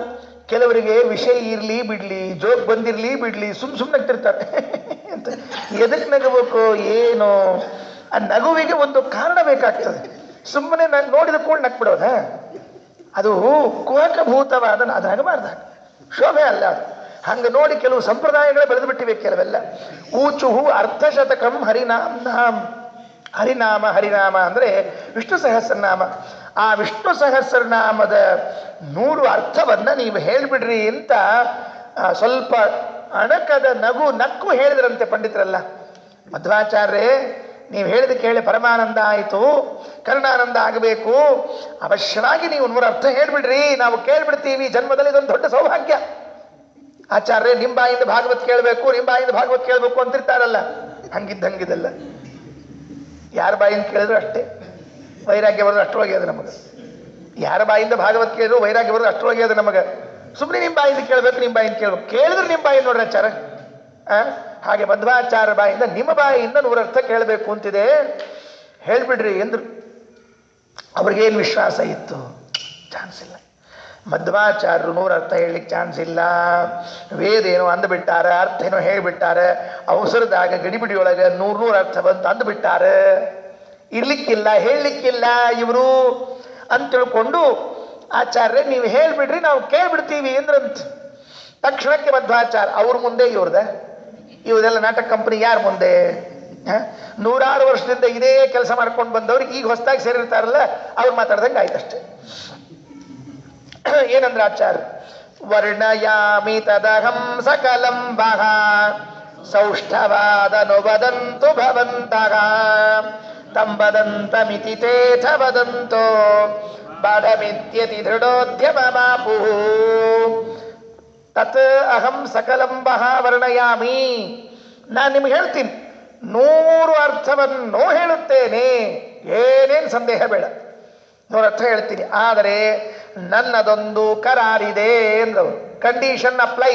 ಏನು ಕಂಡೀಷನ್ ಅಪ್ಲೈ ಅಂದರೆ, ನಾನು ಅದನ್ನು ನೀವು ತಿರುಗಿ ಅಷ್ಟೇ ಸ್ಪಷ್ಟವಾಗಿ ಒಪ್ಪಿಸಬೇಕು. ವರ್ಣಯಾಮಿ ತದಹಂ ಸಕಲಂಬಹ ಸೌಷ್ಠವಾದ ಅನುವದಂತು ಭವಂತಹ. ಸೌಷ್ಠವಾದ ಸ್ಪಷ್ಟವಾಗಿ ಅನುವದಂತು ಅನುವಾದ ಮಾಡಬೇಕು. ನಾ ಏನು ಹೇಳಿದ್ದೀನಿ 100 ಅರ್ಥ, ಅದನ್ನು ನೀವು ಹೇಳಿದ್ರೆ ಮಾತ್ರ ನಾನು ಹೇಳ್ತೀನಿ ಅಂದ್ಬಿಟ್ರು. ತಂಬದಂತ ಮಿತಿತೇಥ ವದಂತೋ. ಇವರೆಲ್ಲ ಅನ್ಕೊಂಡ್ರು ಮೊದಲು ಇವರು ಹೇಳಿ ಆಮೇಲೆ ನೋಡಿದ್ರೆ ಆಯ್ತು. ಬಾಢಮಿತ್ಯತಿ ದೃಢೋದ್ಯಮ ಮಾಪು. ಎಲ್ಲರೂ ಗೋಣಾಡ್ಸೇ ಬಿಟ್ರು. ಎಲ್ಲರೂ ಅಲ್ಲಿ ಅವಶ್ಯ ಹೇಳ್ತೀವಿ, ನೀವು 100 ಅರ್ಥ ಹೇಳಿದ್ರೆ ನಾವು ಅವಶ್ಯವಾಗಿ ತಿರುಗಿ ಹೇಳ್ತೀವಿ ಎಂದರು. ಮಧ್ವಾಚಾರ್ಯರಂದ್ರು, ಯಾರ ಹತ್ರ ಕೂತೀರಿ, ಯಾರ ಹತ್ರ ಬಂದೀರಿ, ಕೇಳಬೇಕು ಬೇಡಬೇಕು ಅಂತ ಪರಿಜ್ಞಾನ ಬೇಡವೇ? ತಗೊಳ್ರಿ ಶುರು ಮಾಡಿಬಿಟ್ರು. ಹೇಳ್ರಿ, ನೀವು ತಿರುಗಿ ಹೇಳ್ತೀರಾ ಅಂದ್ರೆ ಇವರು ಹೂ ಅನ್ನೋದೇ ತಡ. ಆಚಾರ್ಯ ಪ್ರಾರಂಭ ಆಗೋಯ್ತು. ಪ್ರತ್ಯಯ ಪ್ರಕೃತಿ ಸಂಗಮ ಭಂಗೀಂ ಶಬ್ದಶಾಸ್ತ್ರ ವಿಹಿತಾಂ ಪ್ರತಿದರ್ಶ ಶುದ್ಧಧೀ ಶ್ರುತಿ ಶಿರಶತ ಸಿದ್ಧಾನ್ ಅಭ್ಯದಾತ್ ಸಪದಿ ವಿಶ್ವ ಪದಾರ್ಥಾನ್. ಸಪದಿ ವಿಶ್ವ ಪದಾರ್ಥಾನ್. ಕೂಡಲೇ ವಿಶ್ವಾಯ ನಮಃ ಮೊದಲನೇ ನಾಮ ತೆಗೆದುಕೊಂಡ್ರಂತ ಆಚಾರ್ಯ. ವಿಶ್ವಂ ವಿಷ್ಣು ವಷಟ್ಕಾರ ಭೂತ ಭವ್ಯ ಭವತ್ ಪ್ರಭು ಮೊದಲನೇ ನಾಮ ಎತ್ಕೊಂಡ್ರು. ವಿಶ್ವಂ ಅಂದ್ರೆ ಏನು? ಬರೇ ಅರ್ಥ ಹೇಳಲಿಲ್ಲ ಆಚಾರ್ಯರು. ಪ್ರತ್ಯಯ ಪ್ರಕೃತಿ ಸಂಗಮ ಭಂಗೀಂ. ಇದರದ್ದು ಮೂಲ ಶಬ್ದ ಯಾವುದು, ಇದಕ್ಕೆ ಸೇರಿಕೊಂಡ ಪ್ರತ್ಯಯ ಯಾವುದು? ವಿಷ ಅಂತ ಒಂದು ಧಾತು, ಅದಕ್ಕೆ ವ ಅಂತ ಪ್ರತ್ಯಯ ಸೇರಿಕೊಂಡು ವಿಶ್ವ ಅಂತಾಗಿದೆ ಅಂತ ಮೊದಲು ಹೇಳಿದರು. ಆಮೇಲೆ ವಿ ಅನ್ನೋದೊಂದು ಉಪಸರ್ಗ, ಶ್ವ ಅನ್ನೋದೊಂದು ಧಾತು ಅಂತ ಹೇಳಿದರು. ಒಮ್ಮೆ ಹಿಂಗೆ ಬಿಡಿಸಿದ್ರು, ಒಮ್ಮೆ ಹಿಂಗೆ ಬಿಡಿಸ್ಬಿಟ್ರು. ಕೂತವ್ರಿಗೆ ಏನು ಪರಿಸ್ಥಿತಿ ನೋಡ್ಕೊಳ್ರಿ. ಎಷ್ಟು ಅರ್ಥ ಹೇಳಿರಬೇಡ ಆಚಾರ್ಯ, ಅದ್ಭುತವಾದ ಅರ್ಥವನ್ನು ಹೇಳಿದ್ದಾರೆ. ಪ್ರತ್ಯಯ ಪ್ರಕೃತಿ ಸಂಗಮ ಭಂಗೀಂ. ಪ್ರತ್ಯಯ ಪ್ರಕೃತಿಗಳು ಕೂಡಿಕೊಂಡಿರುವಂತಹ ಶೈಲಿಯನ್ನ ಶಬ್ದಶಾಸ್ತ್ರ ವಿಹಿತಾಂ ಪ್ರತಿದರ್ಶ. ವ್ಯಾಕರಣದಲ್ಲಿ ಯಾವ ಕ್ರಮದಲ್ಲಿ ಹೇಳಿದ್ದಾರಲ್ಲ ಅದೇ ಕ್ರಮದಲ್ಲಿ ಬಿಡಿಸಿ ಬಿಡಿಸಿ ಬಿಡಿಸಿ ತೋರಿಸಿದ್ರಂತೆ. ಶುದ್ಧಧೀಹಿ. ಆಚಾರ್ಯರ ಬುದ್ಧಿ ಮಾತ್ರ ಶುದ್ಧ ಇತ್ತಂತೆ, ಇವರು ಕುಹಕದಿಂದ ಹೇಳಿಲ್ವಂತೆ. ಆ ಪಂಡಿತರೆಲ್ಲ ಹೇಳುವಾಗ ಕುಹಕದ ನಗು ಹೇಳಿದ್ದಿದ್ರೆ ಆಚಾರ್ಯ ಮಾತ್ರ ಶುದ್ಧ ಮನಸ್ಸಿನಿಂದ ಹೇಳಿದರಂತೆ. ಯಾಕೆ? ನಾನು ಮಾಡುವ ಈ ಪ್ರವಚನ ಹರಿಸೇವೆ ಆಗ್ತದೆ, ಭಗವಂತನ ಪೂಜಾರೂಪವಾಗಿ ಅರ್ಥವನ್ನು ಹೇಳ್ತಿರ್ತೀನಾದ್ದರಿಂದ ಇಲ್ಲಿ ಕುಹಕ ಮಾಡಬಾರದು. ಕುಹಕ ಇಲ್ಲೇ ಇಲ್ಲ ನಮ್ಮ ಆಚಾರಲ್ಲಿ. ಶುದ್ಧಧೀಹಿ ಶ್ರುತಿ ಶರಶತ ಸಿದ್ಧಾನ್. ಶ್ರುತಿ ಶಿರಶತ ಸಿದ್ಧಾನ್. ಶ್ರುತಿ ಶಿರ ಅಂದ್ರೆ ಉಪನಿಷತ್ತು. ಉಪನಿಷತ್ತುಗಳಲ್ಲಿ ಸಿದ್ಧವಾದ ಅರ್ಥವನ್ನ ಹೇಳ್ತಾ ಹೊರಟ್ರಂತೆ. ಅಭ್ಯದಾತ್ ಸಪದಿ ವಿಶ್ವ ಪದಾರ್ಥಾನ್. ಏನು ಹೇಳಿರಬಹುದು? ಏನೇನು ಅರ್ಥ ಹೇಳಿರಬಹುದು? ಆಲೋಚನೆ ಮಾಡ್ರಿ. ಒಂದು ವಿಶ್ವ ಅಂತ ಶಬ್ದ ಇದೆ, ಇದರಲ್ಲಿ ನಮ್ಗೆ ಏನು ತೋರ್ತದೆ? ಬಹಳ ಮಾಡಿದರೆ ಒಂದು ಅರ್ಥ ತೋರ್ಬಹುದು, 2 ಅರ್ಥ ತೋರ್ಬಹುದು. ಆನಂದ ತೀರ್ಥರಿಗೆ ತೋರಿದ ಅರ್ಥಗಳು ಎಷ್ಟು? 100. ಮಹಾಸಮರ್ಥರವರು, 1000 ಹೇಳಲಿಕ್ಕೂ ಸಮರ್ಥರು. 100 ತೋರ್ತಂತೆ. ಎಷ್ಟು ಚೆನ್ನಾಗಿದೆ ನೋಡ್ರಿ ಹೇಳುವಾಗ. ವಿಷ ವ ಅಂತ ಎರಡು ಧಾತುಗಳಿಂದ ಒಂದು ಶಬ್ದವನ್ನು ನಿರ್ಮಾಣ ಮಾಡಿದರಂತೆ. ಮೊದಲು ವಿಷ ಅಂತಂದ್ರೆ ಪ್ರವೇಶ ಅಂತ ಅರ್ಥ, ವ ಅಂದ್ರೆ ಜ್ಞಾನ ಅಂತ ಅರ್ಥ. ಪ್ರವೇಶ ಮಾಡಿದ್ದಾನೆ, ಜ್ಞಾನಿಯಾಗಿದ್ದಾನೆ ಅನ್ನೋದಕ್ಕಾಗಿ ದೇವರಿಗೆ ವಿಶ್ವ ಎಂದು ಕರೀತಾರಂತೆ. ದೇವರಿಗೇನು ಕರೀತಾರೆ? ವಿಶ್ವ ಅಂತ. ವಿಷ ಅಂದರೆ ಪ್ರವೇಶ, ಪ್ರವೇಶ ಮಾಡ್ತಾನೆ, ವಿಷ ಪ್ರವೇಶನ ಎಂದಾತು. ವಾ ಅಂದರೆ ಜ್ಞಾನ, ಜ್ಞಾನಿಯಾಗಿದ್ದಾನೆ ಎನ್ನುವುದಕ್ಕಾಗಿ ಮತ್ತು ಪ್ರವೇಶ ಮಾಡ್ತಾನೆ. ಅಲ್ರಿ, ಏನು ಜ್ಞಾನಿ, ಏನು ಪ್ರವೇಶ ಅಂದರೆ ಈ ಜಗತ್ತನ್ನು ನಿರ್ಮಾಣ ಮಾಡುವುದು ಹೇಗೆ ಅಂತ ತಿಳಿದಿದ್ದಾನೆ ಮೊದಲು. ಜನ್ಮಾದ್ಯಸ್ಯ ಯಥೋನ್ವಯಾದ್ ಇತರತಶ್ಚ ಅರ್ಥೇಶ್ವಭಿಜ್ಞ. ದೇವರು ಅರ್ಥೇಶ್ವಭಿಜ್ಞ. ಯಾವ ಯಾವ ಪದಾರ್ಥಗಳನ್ನು ಹೇಗೆ ಹೇಗೆ ನಿರ್ಮಾಣ ಮಾಡಬೇಕು ಅಂತ ತಿಳಿದಿದ್ದಾನಂತೆ ಚೆನ್ನಾಗಿ. ಪ್ರವೇಶ ಮತ್ತೆ ಆ ಜಗತ್ತನ್ನು ನಿರ್ಮಾಣ ಮಾಡಿ ಆ ಜಗತ್ತಿನಲ್ಲಿ ಪ್ರವೇಶ ಮಾಡಿದ್ದಂತೆ. ತತ್ಸೃಷ್ಟ್ವಾ ತದೇವಾನುಪ್ರಾವಿಶತ್, ಆ ಜಗತ್ತು ನಿರ್ಮಾಣ ಮಾಡಿ ಜಗತ್ತಿನಲ್ಲಿ ಪ್ರವೇಶ ಮಾಡಿದ್ದಾನಲ್ಲ, ಅದಕ್ಕಾಗಿ ದೇವರಿಗೆ ವಿಶ್ವ ಒಂದರ್ಥ. ಅಥವಾ ಶ್ವ ಅಂದರೆ ಹಾರಾಡೋದಂತೆ, ಹೋಗೋದು ಬರೋದು ಇವೆಲ್ಲ ಶ್ವ ಅಂದರೆ ಹೋಗೋದು ಬರೋದೆಲ್ಲ. ವಿ ಅಂದರೆ ಏನು ಅಂದರೆ ಆಚಾರ್ಯ ಹೇಳಿದರು, ವಿಪಕ್ಷಿ ಪರಮಾತ್ಮನೋ. ವಿ ಅಂದರೆ ಪಕ್ಷಿ ಅಂತ. ವಿನಾ ಪಕ್ಷಿಯ ಮೂಲಕವಾಗಿ ಶ್ವಯತೆ ಸಂಚಾರ ಮಾಡ್ತಾನಾದ್ರಿಂದ ದೇವರಿಗೆ ವಿಶ್ವ ಅಂತ ಹೆಸರಂತೆ. ಗರುಡನ ಮೇಲೆ ಸಂಚಾರ ಮಾಡ್ತಾನೆ ದೇವರು. ಗರುಡ ಪಕ್ಷಿ ಅಲ್ವೇ? ವಿ ಅಂದರೆ ಗರುಡ. ವೀಂದ್ರ ಫಣೀಂದ್ರ ಅಂತ ಹೇಳುವಾಗ ವೀಂದ್ರ ಅಂದರೆ ಪಕ್ಷಿಗಳ ಇಂದ್ರ. ಹಾಗಾದರೆ ವಿ ಅಂದರೆ ಪಕ್ಷಿ, ಅದರ ಮೇಲೆ ಸಂಚಾರ ಮಾಡ್ತಾನಾದ್ರಿಂದ ವಿಶ್ವ ಅಂತ ಮತ್ತೊಂದು ಅರ್ಥ ಹೇಳಿದ್ರು. ಏನೇನು ಅರ್ಥ ಹೇಳಿರಬಹುದು. ವಿ ಅಂದರೆ ವಿಶಿಷ್ಟನಾದವನು, ಎಲ್ಲಕ್ಕಿಂತ ವಿಶಿಷ್ಟನಾದದ್ರಿಂದ ದೇವರು ವಿಶ್ವ. ವಿಶ್ವ ಅಂದರೆ ವಾಯುದೇವರು, ಆ ವಾಯುದೇವರನ್ನೂ ನಿಯಮನ ಮಾಡ್ತಾನಾದ್ರಿಂದ ಇವರಿಗೆ ವಿಶ್ವ ಅಂತ ಹೆಸರಂತೆ. ಅದ್ಭುತವಾಗಿದೆ ಇದೆಲ್ಲ. ವಿಷಃ ಅಂದರೆ ಪ್ರಜೆಗಳು. ಸಂಸ್ಕೃತದಲ್ಲಿ ವಿಷ ಅಂದರೆ ಪ್ರಜೆಗಳು. ಷಟ್ಕೋನ ಶಕಾರ ಅಲ್ಲ, ಶಂಕದ ಶಕಾರ. ವಿಷಃ ಅಂದರೆ ಪ್ರಜೆಗಳು. ಆ ಪ್ರಜೆಗಳನ್ನೆಲ್ಲ ಪೋಷಣೆ ಮಾಡ್ತಾನೆ ಎಂಬುದಕ್ಕಾಗಿ ದೇವರಿಗೆ ವಿಶ್ವ ಅಂತ ಹೆಸರು. ಹೀಗೆ ಹೇಳ್ತಾ ಹೊರಟು. ಅವ್ರು ಹೇಳಿದ್ದೆಲ್ಲ ನಾವು ಹೇಳೋದು ಕಷ್ಟ. ನಾರಾಯಣ ಪಂಡಿತಾಚಾರ್ಯ ಒಂದು 7-8 ಅರ್ಥ ತೋರಿಸಿದ್ದಾರೆ. ಎಲ್ಲಿ? ಭಾವಪ್ರಕಾಶಕಾದಲ್ಲಿ. ಸುಮ್ಮನೆ ಅದನ್ನಷ್ಟೇ ಹೇಳಬೇಕು. ಪ್ರತ್ಯಯ ಪ್ರಕೃತಿ ಸಂಗಮ ಭಂಗೀಂ ಶಬ್ದಶಾಸ್ತ್ರ ವಿಹಿತಾಂ ಪ್ರತಿದರ್ಶ ಶುದ್ಧದಿ ಶ್ರುತಿ ಶರಶ್ಯತ ಸಿದ್ಧಾನ್ ಅಭ್ಯದಾತ್ ಸಪದಿ ವಿಶ್ವ ಪದಾರ್ಥಾನ್. ಒಂದು ಮಾತು ಹೇಳ್ತೀನಿ, ಯಾರು ಅನ್ಯಥಾ ಭಾವಿಸ್ಬೇಡ್ರಿ. ಇದರಲ್ಲಿ ನನಗೇನು ಅನ್ಯಥಾ ಭಾವಿಸುವ ವಿಷಯ ಇಲ್ಲ. ಪ್ರಸಂಗ ಸ್ಮಾರಿತೋಯಂ ವಿಶೇಷ ಅಂತ ಹೇಳ್ತಾ ಇದ್ದೀನಿ ಅಷ್ಟೇ. ನಮ್ಮ ಸ್ವಾಮಿಗಳು ಸತ್ಯಾತ್ಮತೀರ್ಥ ಶ್ರೀಪಾದಂಗಳವರು ತಿರುಕೋಯಿಲ್ನೂರಿನಲ್ಲಿ ಸುಧಾಮಂಗಳ ಮಾಡಿದರು. ಅವರ 12ನೇ ವರ್ಷದ ಪಟ್ಟಾಭಿಷೇಕ ಮಹೋತ್ಸವದ ಸಂದರ್ಭದಲ್ಲಿ ಸುಧಾಮಂಗಳ ಆಯಿತು. ಆ ಸುಧಾಮಂಗಳಕ್ಕೆ ನಾವೆಲ್ಲ ಹೋಗಿದ್ವಿ. ಹೋದಾಗ ಎಲ್ಲ ಸ್ವಾಮಿಗಳು ಬಂದಿದ್ದರು. ಮಂಗಳದ ದಿವಸ ಇವರದ್ದು ಸ್ವಾಮಿಗಳದ್ದು ಅನುವಾದ, ನಮ್ಮ ಸ್ವಾಮಿಗಳದ್ದು. ನಾವೆಲ್ಲ ಅದನ್ನು ಅನುಭವಿಸಿದ್ದೇವೆ, ನೋಡಿದ್ದೇವೆ, ಕಣ್ಣಾರು ನೋಡಿದ್ದು ತಿರುಕೋಯಿಲ್ನೂರಲ್ಲಿ ನಾವೆಲ್ಲ ಇದ್ದದ್ದು. ಆವಾಗ ಸ್ವಾಮಿಗಳು ಶ್ರೀಮನ್ಯಾಯ ಸುಧಾ ಮಂಗಳ ಶ್ಲೋಕಕ್ಕೆ ಅರ್ಥ ಹೇಳಿ ಪ್ರಾರಂಭ ಮಾಡಿದರು. ಶ್ರೇಯಃಪತ್ತೇ ನಿತ್ಯಾಗಣಿತ ಗುಣಮಾಣಿಕ್ಯ ವಿಶದ ಪ್ರಭಾಜಾಲೋಲ್ಲಾಸೋಪಹತ ಸಕಲಾವದ್ಯ ತಪಸೆ ಜಗಜ್ಜನ್ಮಸ್ಥೇಮ ಪ್ರಳಯ ರಚನಾಶೀಲ ವಪುಷೇ ನಮೋ ಶೇಷಾಂನಾಯ ಸ್ಮೃತಿ ಹೃದಯ ದೀಪ್ತಾಯ ಹರಗೆ. ಇದರಲ್ಲಿ ಒಂದೇ ಒಂದು ಪದ ಆರಿಸ್ಕೊಂಡ್ರು.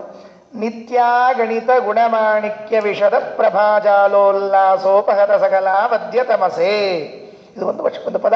ಇಷ್ಟು ದೊಡ್ಡ ಪದವನ್ನು ಟೀಕಾಕೃತ್ಪಾದರು ಹೇಳಿದ್ದಾರೆ. ಇದಕ್ಕೆ ಅರ್ಥ ಹೇಳಿ ಪ್ರಾರಂಭ ಮಾಡಿದರು ನಮ್ಮ ಸ್ವಾಮಿಗಳು. 1 ಅರ್ಥ ಆಯಿತು, 2 ಅರ್ಥ ಆಯಿತು, 3 ಆಯಿತು, 4 ಆಯಿತು, 10 ಆಯಿತು, 15 ಆಯಿತು. ಅದೇನು ನಮ್ಮ ಪ್ರಾರಬ್ಧ ಕೆಟ್ಟಿತ್ತೋ ಚಲೋ ಇತ್ತೋ ಗೊತ್ತಿಲ್ಲ. ಮಂಗಳ ಅಂತ ಹೇಳಿ ಪಂಡಿತರ ಸಾಲು ಅಂತ ಮುಂದೆ ಹೋಗಿ ಕೂತ್ಬಿಟ್ಟಿವಿ. ಅರ್ಧ ಗಂಟೆ ಆಯಿತು, 1 ಗಂಟೆ ಆಯಿತು, ಈಗ ಮುಗೀತದ, ಆಗ ಮುಗೀತದ, ಈಗ ಮುಗೀತದ. ಅವೇನಾಗ್ಯಾವ್ರಿ, ಪಂಡಿತರು ಭಾಳ ಭಕ್ತಿಯಿಂದ ಕೂಡ್ಬೇಕಾದ್ರೆ ಇನ್ನೊಬ್ರು ತೊಡಿ ಮೇಲೆ ತಮ್ಮ ತೊಡಿ ಇಟ್ಕೊಂಡು ಕೂತ್ಬಿಟ್ಟಿರ್ತಾರೆ ಪಂಡಿತರು. ನಮ್ಮ 2 ತೊಡಿ ಇಬ್ಬರು ಪಂಡಿತರ ತೊಡಿ ಕೆಳಗೆ ಕೂತ್ಬಿಟ್ಟಿದ್ದು. ಅಳಗಾಡೋ ಹಂಗಿಲ್ಲ. ಅನಿವಾರ್ಯವಾಗಿ ಅವ್ರು ಹೇಳೋದೆಲ್ಲ ಕೇಳ್ಬೇಕಾಗ್ತಿತ್ತು. ನಮಗೆ ಕೇಳೋ ಬುದ್ಧಿಶಕ್ತಿ ಇಲ್ಲದೇ ಇದ್ರೂ ಕೂಡ್ಬೇಕಾಯ್ತು. 5 ತಾಸು ಹೇಳಿದ್ರು ಸ್ವಾಮಿಗಳು. 5 ಗಂಟೆ ನಾವು ಸಾಕ್ಷಿ. ರಘುತ್ತಮ ಸ್ವಾಮಿಗಳ ಸತ್ಯ ಪ್ರಮೋದ ತೀರ್ಥ ಶ್ರೀಪಾದಂಗಳವರ ವೃಂದಾವನದ ಸನ್ನಿಧಾನದಲ್ಲಿ ನಮ್ಮ ಸ್ವಾಮಿಗಳು ರಘುಪ್ರಿಯ ತೀರ್ಥ ಶ್ರೀಪಾದಂಗಳವರು ಇದ್ದರು. ಎಲ್ಲರೂ ಅನೇಕ ಜನ ಸ್ವಾಮಿಗಳು. ಆ ಸಂದರ್ಭದಲ್ಲಿ 5 ಗಂಟೆಗಳ ಕಾಲ ಅನುವಾದ ಮಾಡಿದರು ಹೇಳ್ತೀನಿ. ಕೂತವರಿಗೆ ಗಂಟ್ಲು ಒಣಗೋಯ್ತು, ಹೇಳಿದವರಿಗೆಲ್ಲ ಕೂತವ್ರಿಗೆ ಒಣಗೋಯ್ತು ಗಂಟ್ಲೆಲ್ಲ. ಎಷ್ಟು ಅರ್ಥ ಹೇಳಿರಬೇಕು. ನಿತ್ಯಾಗಣಿತ ಗುಣಮಾಣಿಕ್ಯ ವಿಶದ ಪ್ರಭಾದ 135 ಅರ್ಥ ಹೇಳಿಬಿಟ್ರು ನಮ್ಮ ಸ್ವಾಮಿಗಳು. 135 ಅರ್ಥವನ್ನು ಹೇಳಿದ್ರು. ರೆಕಾರ್ಡದ ಇವತ್ತಿಗೂ CD ಅವ, ಇವತ್ತಿಗೂ ಕೂಡ. ಇವತ್ತು ವಿಡಿಯೋ ಸಿಗುತ್ತದೆ ನಿಮಗೆ ನೋಡಲಿಕ್ಕೆ, ಇವತ್ತಿಗೂ ನಿಮಗೆ ಕೇಳಲಿಕ್ಕೆ ಸಿಗ್ತದೆ. ಇದು ಉತ್ಪ್ರೇಕ್ಷೆ ಅಲ್ಲ, ಅತಿಶಯೋಕ್ತಿ ಅಲ್ಲ. ಎಂದೋ ಭೂತಕಾಲದ ಘಟನೆಯನ್ನು ಹೇಳ್ತಿಲ್ಲ. ನಾವು ಯಾವ ಸ್ವಾಮಿಗಳನ್ನು ನೋಡ್ತಾ ಇದ್ದೀವಿ ಅವರಿಗೆ ದೇವರ ಅನುಗ್ರಹ, ಆಚಾರ್ಯರ ಅನುಗ್ರಹ, ಹರಿವಾಯುಗಳ ಅನುಗ್ರಹ ಹೇಗಿರ್ತದೆ ಅಂತಂದ್ರೆ ಹೀಗಿರ್ತದೆ. ನಿತ್ಯಾಗಣಿತ ಗುಣಮಾಣಿಕ್ಯ ವಿಷದ ಪ್ರಭಾಜಾಲೋಲ್ಲಾಸೋಪ ಸಕಲಾವದ್ಯ ತಮಸೆ ಅಂತನ್ನೋದಕ್ಕೆ ತಿರುಗಿಸಿ ತಿರುಗಿಸಿ ತಿರುಗಿಸಿ ತಿರುಗಿಸಿ ತಿರುಗಿಸಿ ತಿರುಗಿಸಿ 135 ಅರ್ಥ ಹೇಳ್ಬಿಟ್ರೆ ಕೂತು ಪಂಡಿತರೆಲ್ಲ ಒಟ್ಟು ನೀರು ಕುಡಿದು ಹೋಗ್ಬಿಟ್ಟಿದ್ರು. ಸ್ವಚ್ಛ ಬೆವುತ್ಕೊಂಡು ಹೋಗ್ಬಿಟ್ಟಿದ್ವಿ ಎಲ್ಲರೂ. ಕೆಲವರು ಮೊದಲೇ ವರ್ಷಗೊತ್ತಿರ್ತಾರೆ ಅಂತ ತಿಳ್ಕೊಂಡು ಹೇಳಿ, ಹಂಗೆ ಕೆಲವರೆಲ್ಲ ವರ್ಷಕೊಂಡು ಸಾಕಾಗಿ ಹೋಗಿತ್ತು. ಕೆಲವರಿಗೆ ಎಡಕ್ಕೆ ಬಲಕ್ಕೆ ಮೇಲೆ ತಳಗ ಒಟ್ಟು ವರ್ಷಕೊಂಡು ಹೋದ ಎಲ್ಲರೂ ಕೂಡಿ. ಅಲ್ಲ, ಅದು ಏನು ಯೋಗ್ಯತೆ ನನ್ನ ಸ್ವಾಮಿಗಳದ್ದು. ನಾನು ಅವರ ಶಿಷ್ಯರಾದದ್ದರಿಂದ ಅವರ ಬಗ್ಗೆ ನನಗೆ ಅಭಿಮಾನ, ನಮ್ಮ ಸ್ವಾಮಿಗಳು ಅಂತ ಹೇಳಬೇಕು ಅಂತ ಹೇಳ್ತಾ ಇದ್ದೀನಿ. ಅನ್ಯಥಾ ಭಾವಿಸ್ಬೇಡ್ರಿ ಯಾರು. ಅದೊಂದು ನೋಡಬೇಕಾಗಿತ್ತು ಅವತ್ತಿನ ದಿವಸ. ನನ್ನ ಜನ್ಮದಲ್ಲಿ ಅದೊಂದು ಸೌಭಾಗ್ಯ, ನಾನು ಅನ್ಕೊಳ್ತೀನಿ ಅದೊಂದು ಸೌಭಾಗ್ಯ. ನಮ್ಮ ಸ್ವಾಮಿಗಳು ಹೇಳಿದ ಅರ್ಥವನ್ನು ಏನ್ರಿ ಅದೆಲ್ಲ, ಅದೊಂದೇ ಹೇಳಿಲ್ಲ, ತಿರುಪತಿಯಲ್ಲಿ ಹೇಳಿದ್ದಾರೆ, ಮುಂದೆ ಬೇರೆ ಬೇರೆ ಊರುಗಳಲ್ಲಿ ಹೇಳಿದ್ದಾರೆ, ಧಾರವಾಡದಲ್ಲೂ ಹೇಳಿದ್ದಾರೆ ಅನೇಕ ಅರ್ಥಗಳನ್ನು. ಆದರೆ ನನಗೆ ಅಚ್ಚಳಿಯದೆ ಉಳಿದದ್ದ ಪ್ರಸಂಗ ಅದು. ಯಾಕೆ ಹೇಳಿದೆ? ಶ್ರೀಮದಾಚಾರ್ಯರು ಬಹಳ ಎತ್ತರದವರು, ಬಹಳ ಎತ್ತರದವರು. ಅವರು 100 ಅರ್ಥ ಹೇಳ್ತಾರೆ ಅಂತನ್ನೋದು ಏನೇನೋ ವಿಚಾರವೇ ಅಲ್ಲ. ಅವರ ಅನುಗ್ರಹಕ್ಕೆ ಪಾತ್ರರಾಗಿರುವಂತಹ ಅಧನಾಪೀಠದಲ್ಲಿ ವಿರಾಜಮಾನರಾಗಿರುವ ನಮ್ಮ ಸ್ವಾಮಿಗಳು ನಿತ್ಯಾಗಣಿತ ಗುಣಮಾಣಿಕ್ಯ ವಿಷದ ಪ್ರಭಾಜಾಲೋಲ್ಲಾಸೋಪತ್ರ ಕಲಾವತಿ ತಮಸೆ ಎನ್ನುವ ವಾಕ್ಯಕ್ಕೆ 135 ಅರ್ಥ ಹೇಳಬೇಕಾಗಿದ್ರೆ ಕಿಮುತ ಶ್ರೀಮದಾಚಾರ್ಯ ಬಗ್ಗೆ ನಾವು ಮಾತಾಡಬೇಕು. ಶ್ರೀಮದಾಚಾರ್ಯರ ಬಗ್ಗೆ ಮಾತಾಡುವ ಯೋಗ್ಯತೆ, ಅವರನ್ನು ತಿಳಿಯುವ ಯೋಗ್ಯತೆ ನಮ್ದಲ್ವೇ ಅಲ್ಲ. ಪ್ರತ್ಯಯ ಪ್ರಕೃತಿ ಸಂಗಮ ಭಂಗೀಂ ಶಬ್ದಶಾಸ್ತ್ರ ವಿಹಿತಾಂ ಪ್ರತಿದರ್ಶ ಶುದ್ಧದಿ ಶ್ರುತಿಶರಜ್ಞತ ಸಿದ್ಧಾನ್ ಅಭ್ಯದಾತ್ ಸಪದಿ ವಿಶ್ವ ಪದಾರ್ಥಾನ್. 5 ಗಂಟೆ ಆಯಿತು ಸ್ವಾಮಿಗಳ ಅನುವಾದ. ನಮ್ದೆಲ್ಲ ಮುಗಿದಿತ್ರಿ. ಪೆಟ್ರೋಲ್ ಅಷ್ಟು ಪೆಟ್ರೋಲ್ ಮುಗಿದಿತ್ರಿ. ಬೆಳಿಗ್ಗೆ ತಿಂದು ಉಪ್ಪಿಟ್ಟು ಅವಲಕ್ಕಿ ಎಲ್ಲ ಮುಗಿದಿದ್ದು. ಇನ್ನೇನು ಮುಂದಿನ ಹೇಳಬಾರ್ದು ಬಿಟ್ಟಿದ್ದೆ ಅಷ್ಟೇ. ಚಾಪ ಅಂತ ಹೇಳಬಾರ್ದು ಬಿಟ್ಟಿದ್ದೆ ಅಷ್ಟೇ. ಎಲ್ಲ ಖಾಲಿ ಆಗಿತ್ತು, ಪೆಟ್ರೋಲ್ ಅಷ್ಟು ಖಾಲಿ ಆಗಿತ್ತು. ಕೊನೆಗೆ ವಿದ್ವಾಂಸರು ಮುಂದೆ ಕೂತವ್ರು ಮಾತಾಡ್ಕೊಂಡ್ರು. ಒಬ್ರು ಯಾರಾದರೂ ಎದ್ದು ಸ್ವಾಮಿಗಳಿಗೆ ಮಂಗಳ ಮಾಡಬೇಕು ಅಂತ ಕೇಳ್ಕೊಳ್ರಿ ಅಂತ ಹೇಳಿದ್ರು. ಒಬ್ರು ಎದ್ದು ನಿಂತು ಕೈ ಮುಗಿದು ಸ್ವಾಮಿಗಳು ಮಂಗಳ ಮಾಡಿದರೆ ಮುಂದೆ ಭಕ್ತರಿಗೆ ಅನುಕೂಲ ಆಗ್ತದೆ ಅಂತ ಹೇಳಿದ್ರೆ, ಸ್ವಾಮಿಗಳು 135 ಹೇಳಿದ ಮೇಲೆ ಹಿಂಗ ಆಯ್ತು ಹೋಗ್ರಿ ಅಂತ ನಿಲ್ಲಿಸ್ಬಿಟ್ರು. ಅವ್ರು ನಿಲ್ಲಿಸ್ಬೇಕು ಅಂತ ನಿಲ್ಲಿಸಿಲ್ಲ, ಹಿಂಗ ಆಯ್ತು ಹೋಗ್ರಿ ಅಂತ ನಿಲ್ಲಿಸ್ಬಿಟ್ರೆ. ಇದು ನಾನು ಕಣ್ಣಾರೆ ಕಂಡದ್ದು ಸ್ವಾಮಿಗಳದ್ದು. ಯಾಕೆ ಅಂದರೆ ಅದೊಂದು ದೇವತಾ ಶಕ್ತಿ, ಅದೊಂದು ಮೇಧಾಶಕ್ತಿ, ದೇವರು ಕೊಟ್ಟದ್ದು, ಆಚಾರ ಕೊಟ್ಟದ್ದು. ಅದಕ್ಕೆ ಅಂತಹ ಇದೊಂದು ಪರಂಪರೆಯಲ್ಲಿ ಬಂದ ಯತಿಗಳೇ ಹೀಗೆ ಹೇಳ್ತಿದ್ರೆ ಆಚಾರ್ಯರು ಹೇಗೆ ಹೇಳ್ಬೇಡ. ಪ್ರತ್ಯಯ ಪ್ರಕೃತಿ ಸಂಗಮ ಭಂಗೀಂ ಶಬ್ದಶಾಸ್ತ್ರ ವಿಹಿತಾಂ ಪ್ರತಿದರ್ಶ ಶುದ್ಧದಿ ಶ್ರುತಿ ಶರಜ್ಞತ ಸಿದ್ಧಾನ್ ಅಭ್ಯದಾನ್ ಸಪದಿ ವಿಶ್ವ ಪದಾರ್ಥಾನ್. ಮುಂದಿನ ಶ್ಲೋಕ ಪ್ರಾರಂಭ ಮಾಡಿ ನಿಲ್ಲಿಸ್ಬಿಡ್ತೀನಿ ಅಷ್ಟೇ. ಯಾವದರ್ಥ ಶತಕಂ ನ ವಿಶಂಕಃ ಸಂತತೋಕ್ತಿ ಕೃತ ಪೂರಯದೇಶಃ ವರ್ಣಿತಾವಧೃತಿ ದುರ್ಬಲ ಚಿತ್ತ ತಾವದಾಕುಲ ಹೃದಯ ಭವಂತೆ. ಹೇಳ್ತಾ ಇದ್ದಾರೆ ಆಚಾರ್ಯರು. ಆನಂದಮಗ್ನ ಸಭೆಯಲ್ಲ, ಸಭೆಯಲ್ಲಿ ಕುಳಿತ ಪಾಮರರಿಗಂತರೂ ಎಷ್ಟಾನಂದ ಹಬ್ಬ ಅನ್ಬೇಕು. ಒಳ್ಳೆ ಭಕ್ಷ್ಯಭೋಜ್ಯಗಳನ್ನು ತಿಂದಂತೆ ಆಹಾ ಅಂತ ಇದ್ರೆ ಸುಮ್ಮನೆ ಹೇಳ್ತೀನಿ ತಮಾಷೆಗೆ. ಆಚಾರ್ಯರು ಧ್ಯಾನಮಗ್ನರಾಗಿ ವಿಶ್ವನನ್ನು ನೆನೆಸ್ತಾ ಹೇಳ್ತಾ ಇದ್ದಾಗ ಒಂದು ಕ್ಷಣ ಕಂಡ್ಬಿಟ್ರಂತೆ. ನೋಡಿದರೆ ಈ ಮುಂದೆ ಕೂತು ಪಂಡಿತ್ ಸಾಲೆಲ್ಲ ಖಾಲಿ ಆಗ್ಬಿಟ್ಟಿತ್ತಂತೆ. ಎಲ್ಲಿ ಹೋಗಿತ್ತು ಅಂದ್ರು. ಎಲ್ಲಿ ಹೋದ್ರು ಆಚಾರ್ಯ ಪಂಡಿತ್ ಸಾಲ ಎಲ್ಲಿ ಹೋಯ್ತು ಅಂದ್ರೆ ಒಟ್ಟರು ಕೈ ಜೋಡಿಸ್ಕೊಂಡು ಕಾಲಿಗೆ ಬಿದ್ದುಬಿಟ್ಟಿದ್ರು. ಸ್ವಾಮಿ ತಪ್ಪಾಗಿ ಹೋಯ್ತು, ಕ್ಷಮಾ ಮಾಡ್ರಿ ಅಂತ ಕೇಳ್ಕೊಂಡ್ಬಿಟ್ರೆ. ಇದು ನಮ್ಮ ಆಚಾರ್ಯ ಕೆಪಾಸಿಟಿ. ಒಂದು ಕ್ಷಣ ಆಚಾರ್ಯರು ಆನಂದದಿಂದ ಕಣ್ಮುಚ್ಚಿ ಕಣ್ತೆರೆದ್ರೆ ಅಲ್ಲಿಲ್ಲ. ದಯಮಾಡಿ ಯಾರು ಅನ್ಯಥಾ ಭಾವಿಸ್ಬೇಡ್ರಿ. ಮಧ್ವ ವಿಜಯದಲ್ಲಿ ನಾರಾಯಣ ಪಂಡಿತಾಚಾರ್ಯ ಹಾಗೆ ಹೇಳಿಲ್ಲ. ನಾನು ಅನ್ಕೊಳ್ತೀನಿ ಹೀಗೆ ಹೇಳಿದ್ರೆ ಇನ್ನೂ ರಸ ಬರ್ತದೆ ಅನ್ನೋದಕ್ಕೆ ಹೇಳ್ತಾ ಇದ್ದೀನಿ.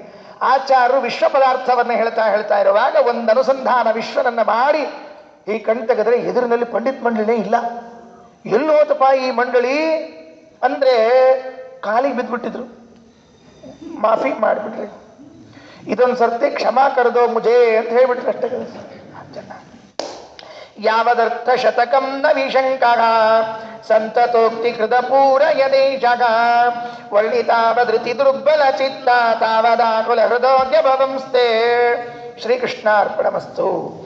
ಅಕ್ಷಯಂ ಕರ್ಮ ಯಸ್ಮಿನ್ ಪರೇ ಸ್ವರ್ಪಿತಂ ಪ್ರಕ್ಷಯಂ ಯಾಂತಿ ದುಃಖಾನಿ ಯನ್ನಾಮತಃ ಅಕ್ಷರೋ ಯೋಜನಃ ಸರ್ವದೈ